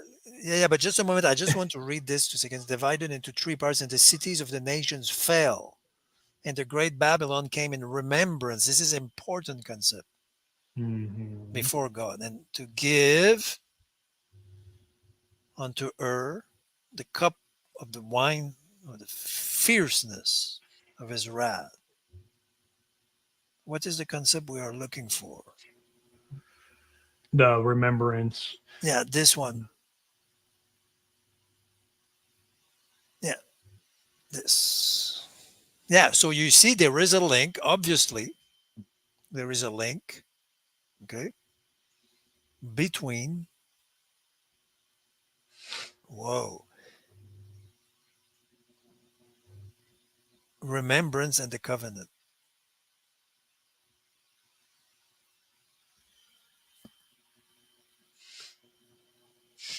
It's a little too deep for me, I guess, but obviously there is a link. You see, we have to stop and think about the fact there, preterists, that the concept of remembrance is related to the age and to the covenant. Yeah. Yeah. These are Exactly. three sacred concepts. Yeah. So, wait, can we look at Ezekiel 5:1 with that city being divided into three parts? And thou, son of man, take thee a sharp knife, take thee a barber's razor, and cut it to pass upon thine head, which is maybe a concept we need, and upon thy beard. Then take the balances to weigh and divide. And then look at the next verse here. Verse 2. I just want to see the thine head is important in my opinion. Roshecha. So this is the first word of Genesis. Reshit, Rosh, the head. Okay, So you were saying the other Oh, verse, yeah, verse 2. then shall burn with fire.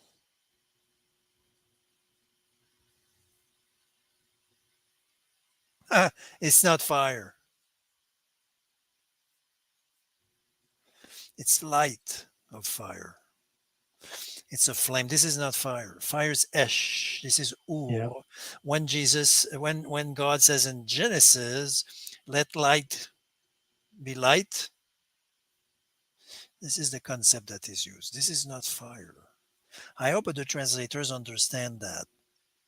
Just a moment. Not fire. Did they avoid the concept? Um,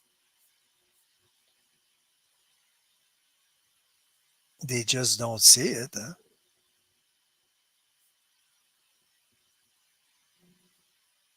Igni, burn. Yeah. In French, one third in the fire. They don't care. Okay. So for me, I don't know what you think, but this is not the fire per se. This is the light of the fire. It's not the same fire. It's a light. Right. Jesus said it was a light. He did not say it was the fire. Anyway, this is the fire, the light.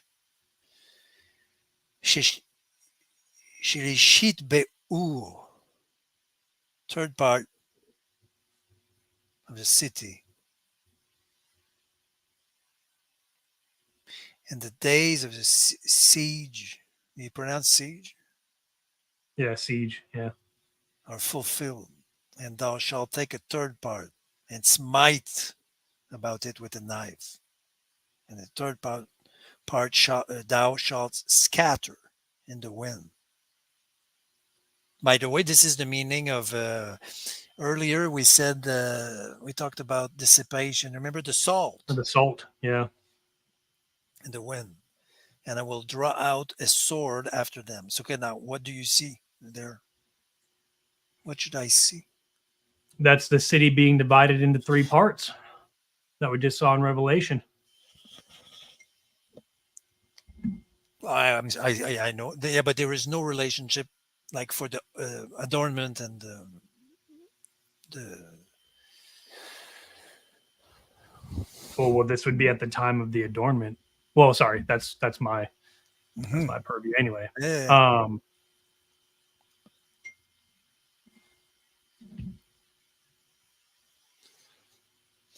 So for me, Mr. Preterist, the way I see it, tell me what you think. When I begin Job, okay, for example, when you begin the book of Job, are you still there? yes, I'm still here. So when you begin the book of Job, okay, we see that he feared God and he was upright and all that, but this is the beginning, and at the end of the book, he will say, I only knew you by hearsay, and now I see you.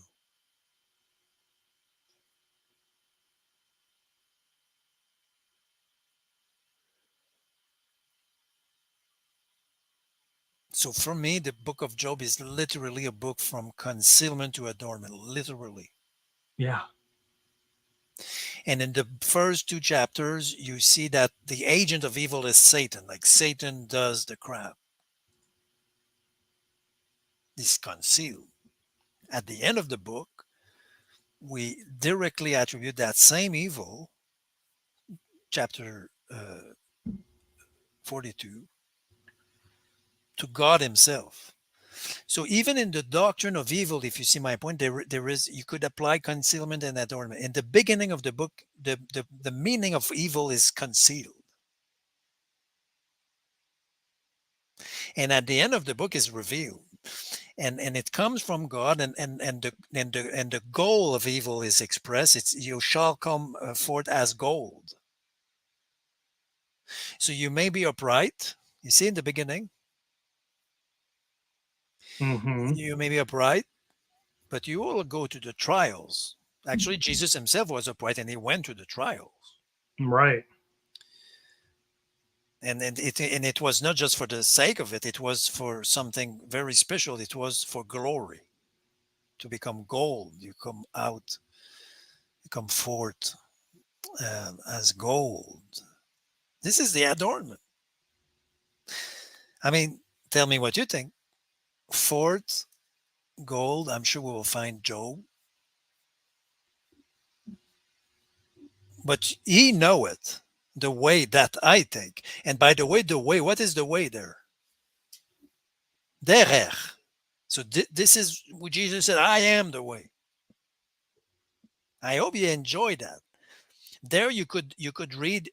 God knows the Christ, the logos that I take.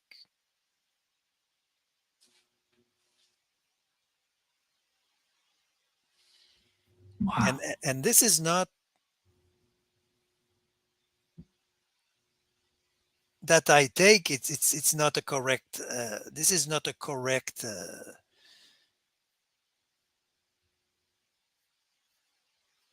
It's not a correct translation. This is f- for he knows the way, like when Jesus says, "I am the way," with me. Remember when when we say Emmanuel, God with Yeah. me? Yeah, that's it. That's Imad, Emmanuel, with. Look, Hmm. I can show my point. With, Emmanuel, with God. So the Hebrew there means for, knows, he knows the way with me, with the sense of when we say Emmanuel, Yeah. Just Christ. which is Christ. So you have two eyes, Christ. You have the way and you have Emmanuel and you have the Yada, which is extremely important. This is the real knowledge and it's also the intercourse with your wife. This is deep stuff. Huh? In Hebrew, to know, it's to F. It's an intimate relationship. I'm serious. And when you know, when Adam knew Eve, I mean, he had sex with her. So this is very deep stuff, huh? Because the knowing in Hebrew is related to acquaintance, sex.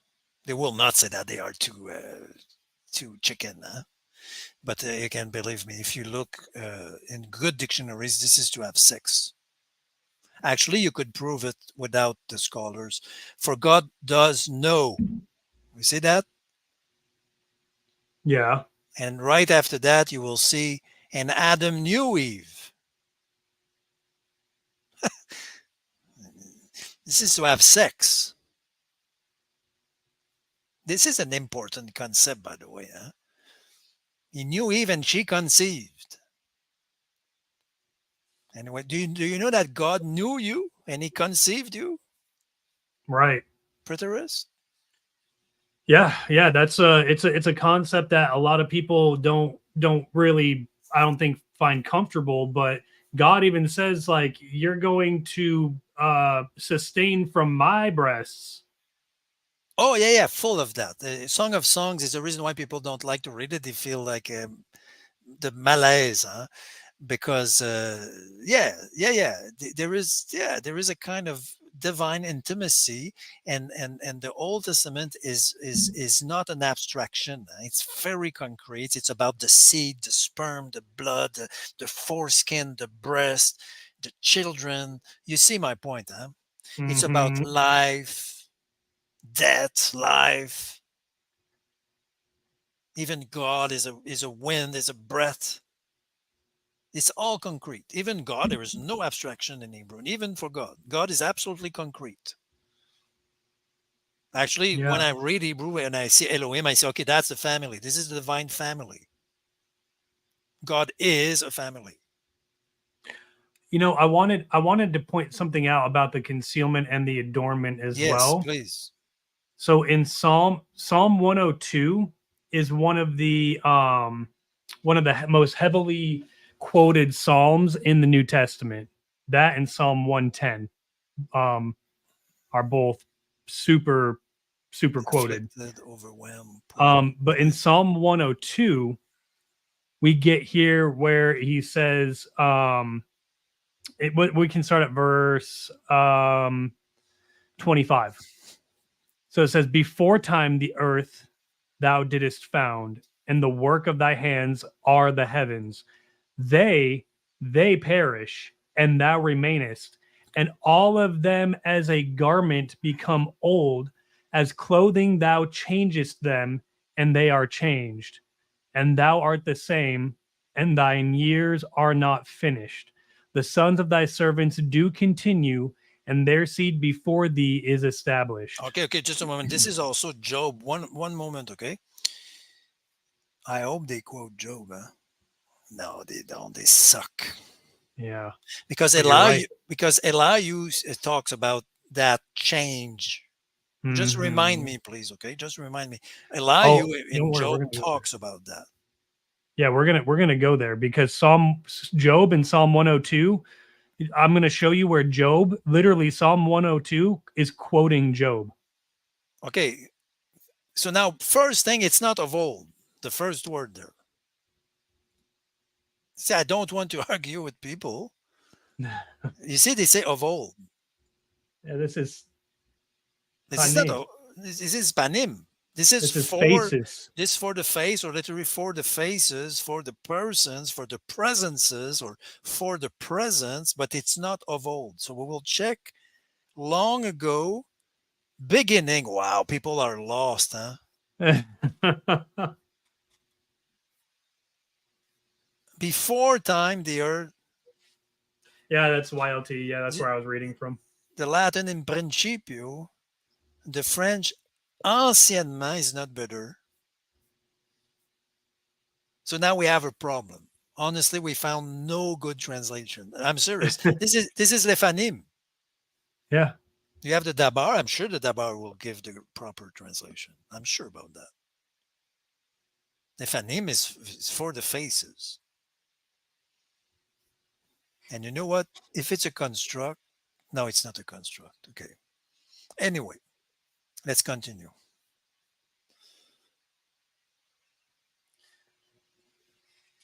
Who will perish? I think it's the foundation of the earth and the heavens.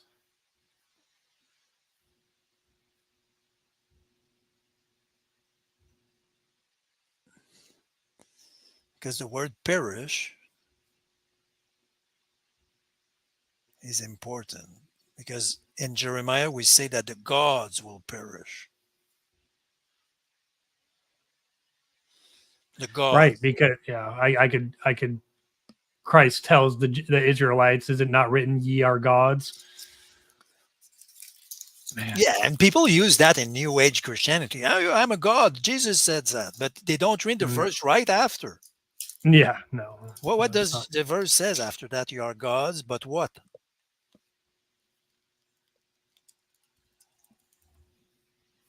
You are Mhm. gods. Okay, bravo, good for you, and you are children of the Most High. This is great. And by the way, I have Mhm. things to say about that. I think it is true even biologically, and I could prove it. It's biological. Do you know that your relationship with God is also biological, like in your blood? It's real, real, real, real relationship. Yeah, absolutely. It's also in the blood. Now look at this, but you shall die like man. Yeah. So this is So the it's like, kind of God you are. right. Yeah, you're And not the one true God. They've made themselves to seem as yeah, gods yeah. So with you are exalting children, themselves. but you are children of the same seed. I would argue about that. I'm sure Yeah. you are of the seed of God. I'm serious, and Now, that seed is the logos. yeah, I mean, this is super clear to me. And what sins in you does not belong to your real life. I hope you agree with that. yeah, of course. Like the shit So in your life, the crap will be destroyed anyway. And this is not what you are in Christ. I hope you agree with that. Right. No, yeah, absolutely. Then let's look at the rest of that verse of verse 26.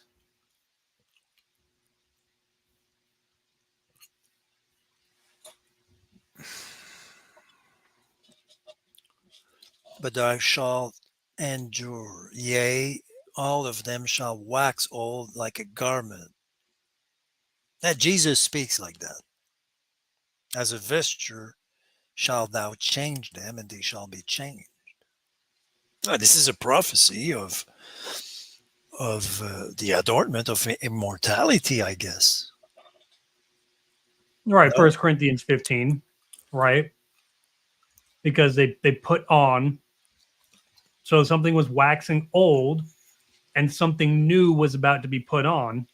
Well, we understand from Paul in Second Corinthians 3 when he says um in verse 7, and if the ministration of the death in letters engraved in stones came in glory, so that the sons of Israel were not able to look steadfastly to the face of Moses because of the glory of his face, which is being made useless, how shall the ministration of the Spirit not be more in glory? For if the ministration of the condemnation is glory, much more doth the ministration of the righteousness abound in glory.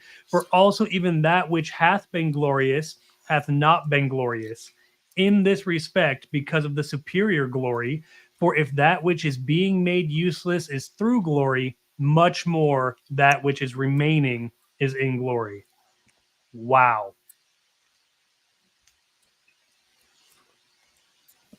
of course. Wow. Yeah. Wow. So here's what I wanted to show you. So this is tied directly to the adornment. I think we can both agree with that. But look at here Well, but in void. by the way, the adornment will have no end, which proves that when we say forever and ever, it's not related to time, is because the adornment will have no end. Hmm. So it's not exactly. You see, the text says, "And thy years shall have no end." Yep. There's no end. So this is no end. This is. Let me see, tamam, just to make sure. No completion. You see, no. It will go on. No exhaustion. Okay. So this is Yeah, this is beautiful. very important. This is about God. This is ve'ata, and you are. In Hebrew, it's an emphasis. Ve'ata u. It's and you the same. You. Now, Ushenotecha. So this is the years of the calendar, the Jewish calendar. I mean, think about that. This is the God's calendar. I hope you like that. yeah, This is God's calendar. I have no completion. it's just continual. It's continual. Now, here's where I want to say something. Verse 2 says, "Hide not thou thy face from me." Concealment. Yeah, but so now this is another verb. It's not olam, it's sater, but it's also another way to express it's 82 times, and it's quite important. So it's another way. This is literally to hide. Okay, alam with they are very close concept, huh? But this one is really to hide. Okay, the other Right, one correct. is to conceal. If you can see a little like difference between the two. I see. I see.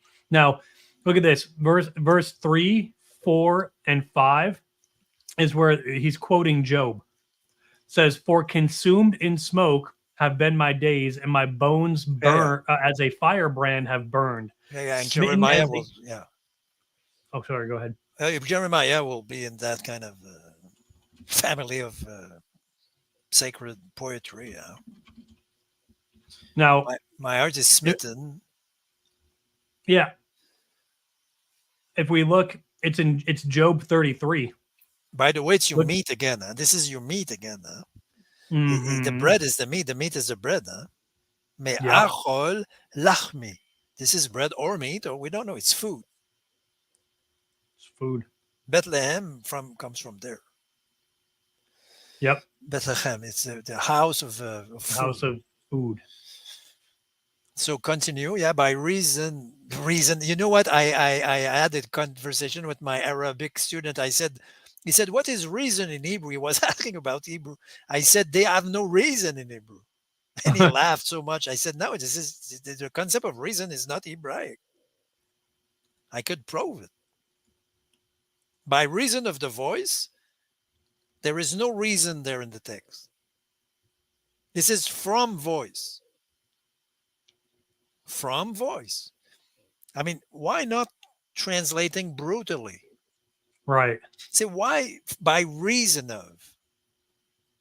This is a Latin, English, Western abstraction.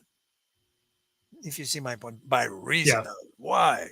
This is from voice. It's good enough. Yeah.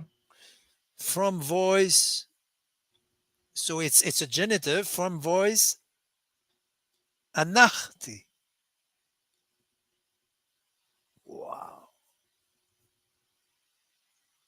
And this is my groaning. Now, what does Paul says about the groaning? Right. Yeah. All the creation groans Yeah, together yeah. until now and travails together until now. Now, if you look at Job 33, By the way, the bones are important because this is your very substance in Hebrew. When you say that your wife is the bone of your bones, this is the substance of your substance. yes. This is the very in Hebrew, bone. It's bone. It means bone. You see, but look at that bone, essence, substance, the Yeah. very self of something. Look at so if you go to Job 33 verse Look at that. 19 through In the self same day entered Job. Sorry, Noah. This mhm, is the bone of the day. This the is Hebrew essence of that poetry. day. Yeah, the self same day. It's a beautiful English thing, huh? In the same self day, meaning the bones of the day, literally. Sorry for the digression. It's just a cool No, it's language. okay. So I want you to look at Job 33 19 through 24 to see how this is exactly This is you. Okay, so this is, I think, a metaphor of the mediator. I think Elihu is the shadow of the mediator. Want to look at that?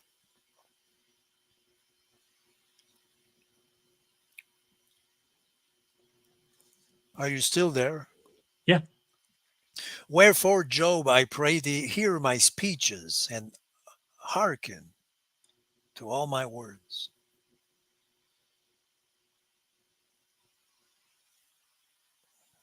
Behold, now I have opened my mouth.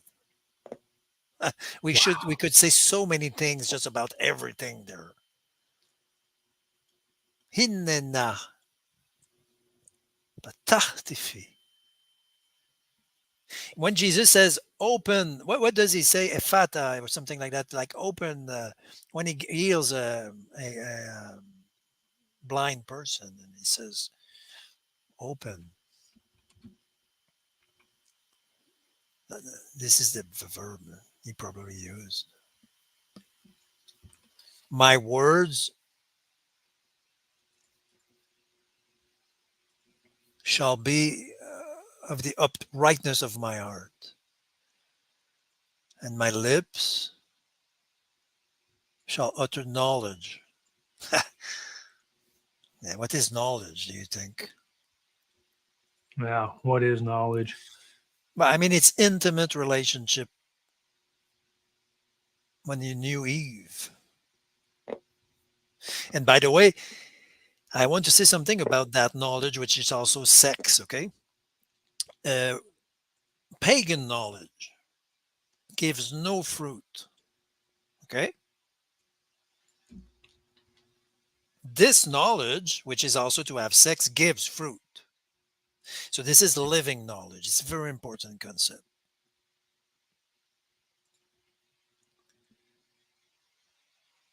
Barur milelu. Clearly. I don't believe in the word clearly. What does this mean? You see this? It's not clearly. This is with purification. Note that. The clearly, you see the adverb in English clearly? What is that? Clearly. I don't believe that in Hebrew. It's too It's nice. purifying knowledge. Oh yeah, yeah. It's too nice to be true. The clearly adverb. No, no, no. I know. You know why I know? Because in Hebrew they have almost no adverbs anyway. So when I see an adverb in English, I say, whoa, whoa, whoa, check the Hebrew there. Look at that. It's a verb. It's not even an adverb. It's a verb. It's Yeah. to purify. And the nature of that verb, okay, they use it as an adjective. So this is, and my lips shall utter like purifying knowledge Yeah. somehow, or maybe purified. Anyway, and the Spirit had made me.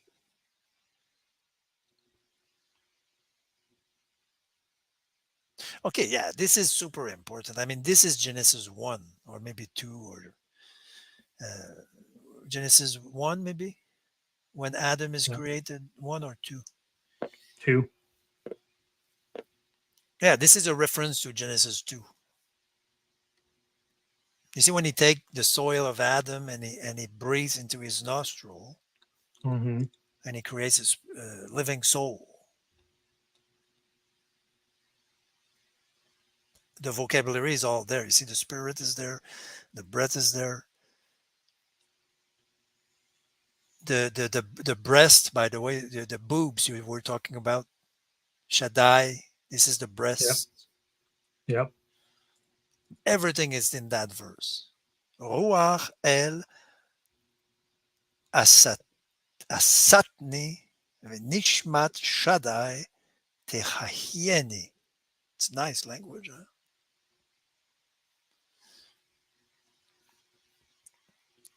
If thou canst answer me, set thy words in order before me. Stand up. You don't think this is resurrection? Mm, I don't know. I think it's a resurrection. Behold, I am according to thy wish in God's stead. In God's stead, mediator. I also am formed out of the clay.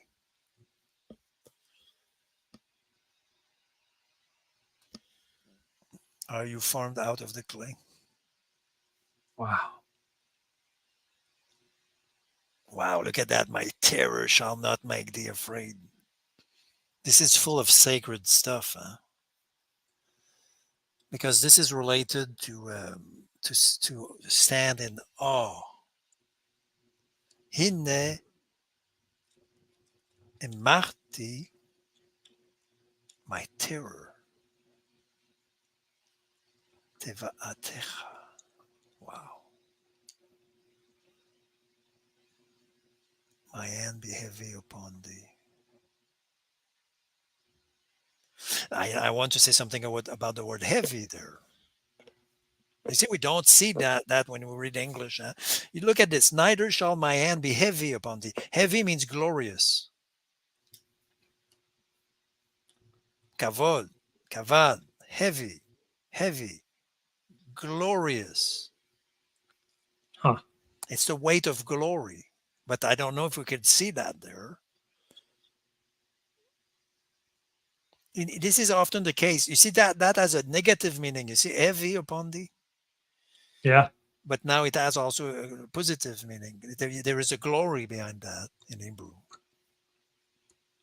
Anyway, surely thou hast spoken in mine hearing, and I have heard the voice of thy words, saying, I am clean, I am innocent. Who can say that? Right. Neither is there iniquity in me. I think only Christ can say that sentence without lying personally. Would you say that without lying? I'm no, yeah. I mean, there's no way that could say that. Well, you are not worse than Job or Elihu. They were not any better than you. Behold, he findeth occasions against me, he counted me for his enemy. Yeah, this is what happened to Christ on the cross. No, Right. this is what Jesus complains about. I am God's target. He will kill me.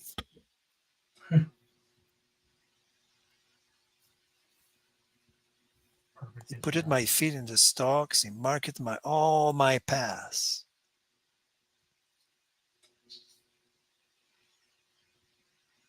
Yeah. Behold, is in this thou art not just. I will answer thee that God is greater than man. Wow. Ki yirbe Eloah me enosh. So this is greater than the little mortal man, by the way.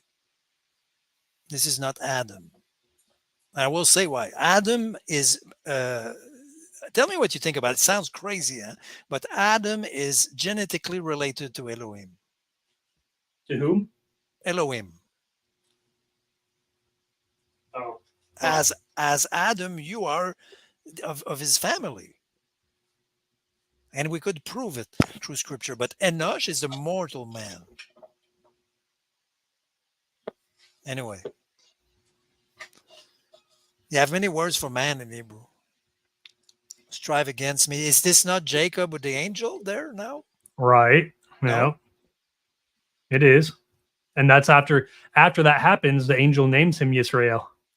Yes, and he is. You see, I said I will. I ended up. I said that earlier. I ended up wounded. What did I say? I ended up maimed. Yeah. This is what happened to Jacob, to his hip. Yep. These matters. I don't believe in the word matters. I just don't. This is davar, the logos. People should read the Hebrew there. The matters is. I mean, we have to be very careful with that. The matters there are the davars, the words, the logos in the plural. Super important concept. And when they translate matters, they just you see they say is words there. Look at the difference in translation. Look at that. Yeah. Matters is words. This is the revision. One words. And now there is a note from a scholar that he does not answer for any of his action. They don't know how to translate. There they say is doings. So tell me, it's doings or is words? Right. You see the problem? Matters? Even Young says matters. Matter is a abstract concept. In French, it says his act, his actions. Yeah. You see the problem? Yeah. Now the Latin adversum meum contendis quod non ad omnia verba responderit tibi.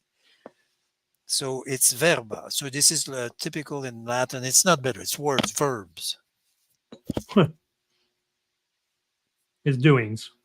Yeah. Yeah, and it's none of that. In Hebrew, it's davar, and it means two things at once. It means a word and a thing. The very thing is the very word in Hebrew, and the very word of something is the very thing itself. So we don't need to concepts like matter or I don't know what. For God speaketh once, yea, twice, yet man perceiveth not. Yeah, this is deep stuff. And I will say why. When you say speak it once, we don't see something profound there. Okay?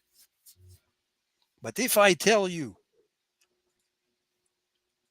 that the Hebrew means ki ve'arat yad yedaber el. So you see the once there? Yeah. Yeah, this is the word God is one.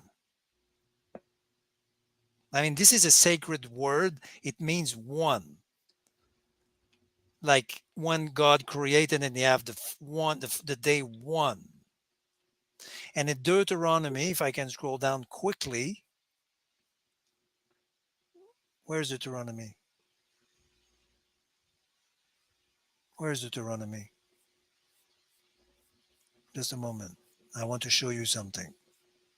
Where's Deuteronomy? I don't know. It's at the end. Okay. Deuteronomy is there. Okay. Look at this. Hear, Israel, the Lord is one. So this is a secret word, sacred word, sorry. Echad. When you see that word, think about it. Return to Job. God speaketh one. Wow. Ki be'achat yedaber el. Now, and now he will speak uvishtaim. This is twice, but it's a plural. It's a dual, actually. In Hebrew, they have singular, they have plural, and they have dual. This is a dual. It should be studied, actually. Like when you have two eyes in Hebrew, it's not a plural, it's a dual. Because you Oh, have two eyes. This is the dual. There is a dual there. So you see what I see there. It's you have unity of the word of God. He speaks once. And after that, you have the duality. which should be Christ, who is the Logos. Yeah, you will tell me. And people don't catch. Lo Yeshura, sorry, Lo Yeshurena. They don't sure. So what is sure? They don't I don't like to see because see is another thing in Hebrew. They don't behold is another thing. They don't like perceive is good. Observe. The first usage is behold, behold. They don't catch. They don't grasp it. Now in a dream, vision of the night, we could say many things about that. Now, what do you think about when a deep sleep followed upon man? This is important. This is what happens to Adam. Wow. Like, look at the tardema. This is an important concept, and the first usage, of course, is and the Lord God caused the deep sleep to fall upon Adam, and he slept, Wow. and he took one of his like inner parts and closed up the flesh, which is closed up the door of the ark, by the way. Yep. And Noah, in my opinion, is a metaphor of creation, salvation, same vocabulary. And tardema. So this is the deep sleep and slumberings upon the bed. I could say so many things about that. But and then he opened it, the ears of man, and seal it. It's full of stuff, huh? Their instruction. Pride of man, back, perishing, chasten. Okay. Do you pronounce chasten or chasten? Yeah, it's Jason. Yeah. So Okay. so that's actually what I was saying. Look at verse 19. The bones, the See, so this substance. this goes back to Psalm 102, where for consumed in smoke have been my days, and Yeah, my yeah, bones as a yeah. All firebrand the have same. Yeah, burned. yeah, yeah. And etan is to give, is to perpetual. Oh, yeah. I'm not sure about perpetual there. 13 times, huh? Strength. It's not perpetual, it's a strength. Aboard bread.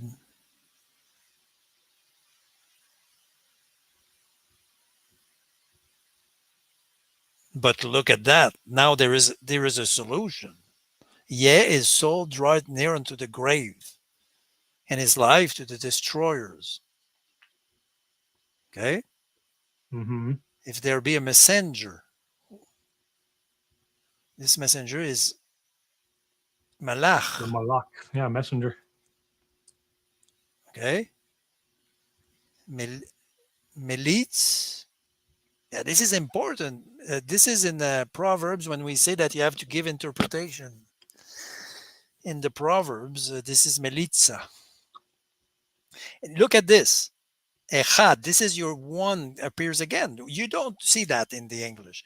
You see when we read the one there, yeah, Yep. once, twice, Yep. appears there again.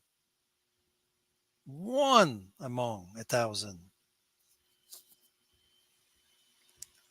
Echad mini aleph.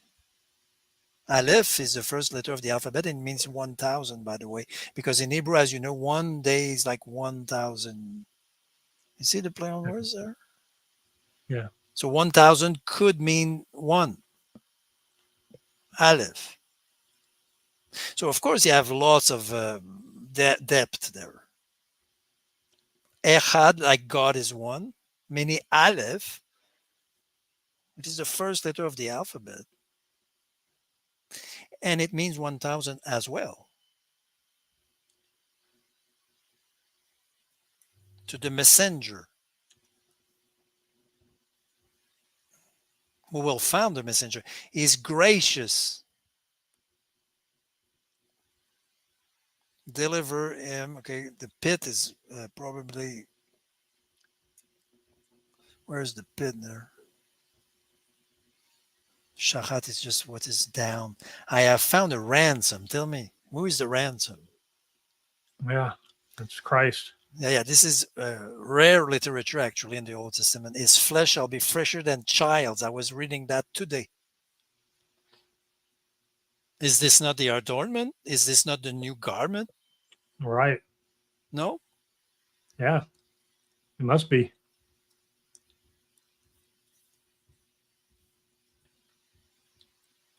Anyway, etc. I don't know what you wanted to see apart from that. Yeah. So I mean, we're seeing. I see such a similarity to Psalm 102, where it starts off with the detestment and the bones cleaving to the flesh, and then you see at the end they get changed, right? They put on the new garment. Yeah, And the sons of thy servants do continue, and their seed before thee is established. I mean, this is a heavy concept.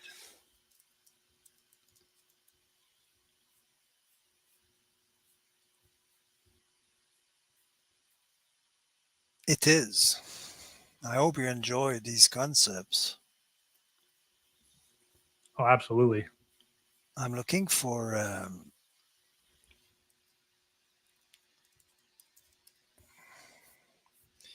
something from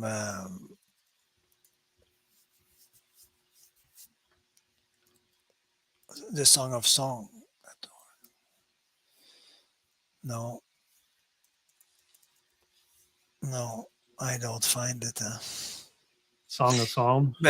Because in the Song of Songs, you will find everything there. In that book, which is extremely profound, you find all the concepts of hiding and adorning and everything is there, Really? in my opinion. Yeah, yeah. When he says you are a fountain, look at that.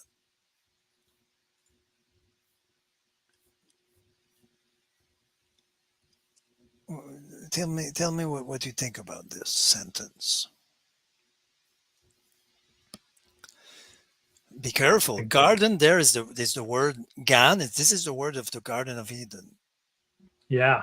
This is profound. You would not imagine how it's profound. A garden enclosed is my sister, my spouse. Yeah. And now, who is the sister and the spouse according to Paul? Who is the spouse? Oh, I don't know.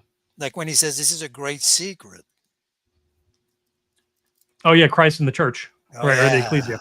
Yeah, yeah, Ephesians 5. yeah, yeah. He Right. says it's like a spouse. So now that's a garden enclosed. So this is a concealment or what?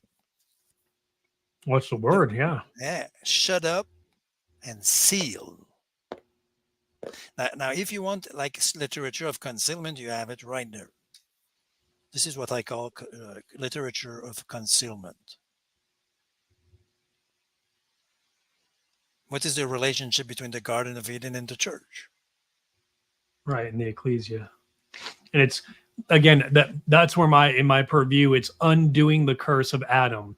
Adam and Eve were kicked out of the Garden of Eden. And then in Christ, he's the last Adam. At the adornment, Yeah. they're brought back into the Garden of Eden because they're. So go ahead. Yeah, and now we see what is shut up in the same chapter. Fountain of gardens, a well of living water. Who is the well of living waters? Literally. Yeah, it's Christ. Yeah. And think about that word, a fountain of gardens. Yeah, this is by the way, this is also the eyes in Hebrew, fountain, okay? And eye like this is the same concept. Yeah. Yeah. Ma yan ganim. Now you have many gardens. Be'ar Mayim Chayim. So this is a sacred concept. I'm sorry, but Mayim Chayim, this is the waters of life. Yeah. It's not just living waters. When we read that, you see living waters sounds like nice poetry, living waters. But when you read that, Mayim is the waters in Genesis 1. And Chayim is the very life, Chay. So when you read Mayim Chayim, this is actually Jesus talks about that in Greek. He says, I am the waters, the living waters. And he says, a stream of living waters will come out of your belly or something like that. Am I right? Yeah, correct. Yeah. This is the wife. I mean, this is clearly, for me, the Song of Songs, it's almost too deep. Huh? Yeah, we're reading about the ecclesia, Christ and the ecclesia. Oh, yeah, but it's extremely, extremely deep. Every word of the Song of Songs should be studied one after the other, and they all mean something. Rabbi Akiva of the 2nd century said the creation, God created the world for the Song of Songs to be written. I agree. I'll have to do more studying on Song of Songs. Oh, yeah, it's a deep thing. It needs great maturity, and I'm too young. I'm just 52, so I'm way too young to understand that.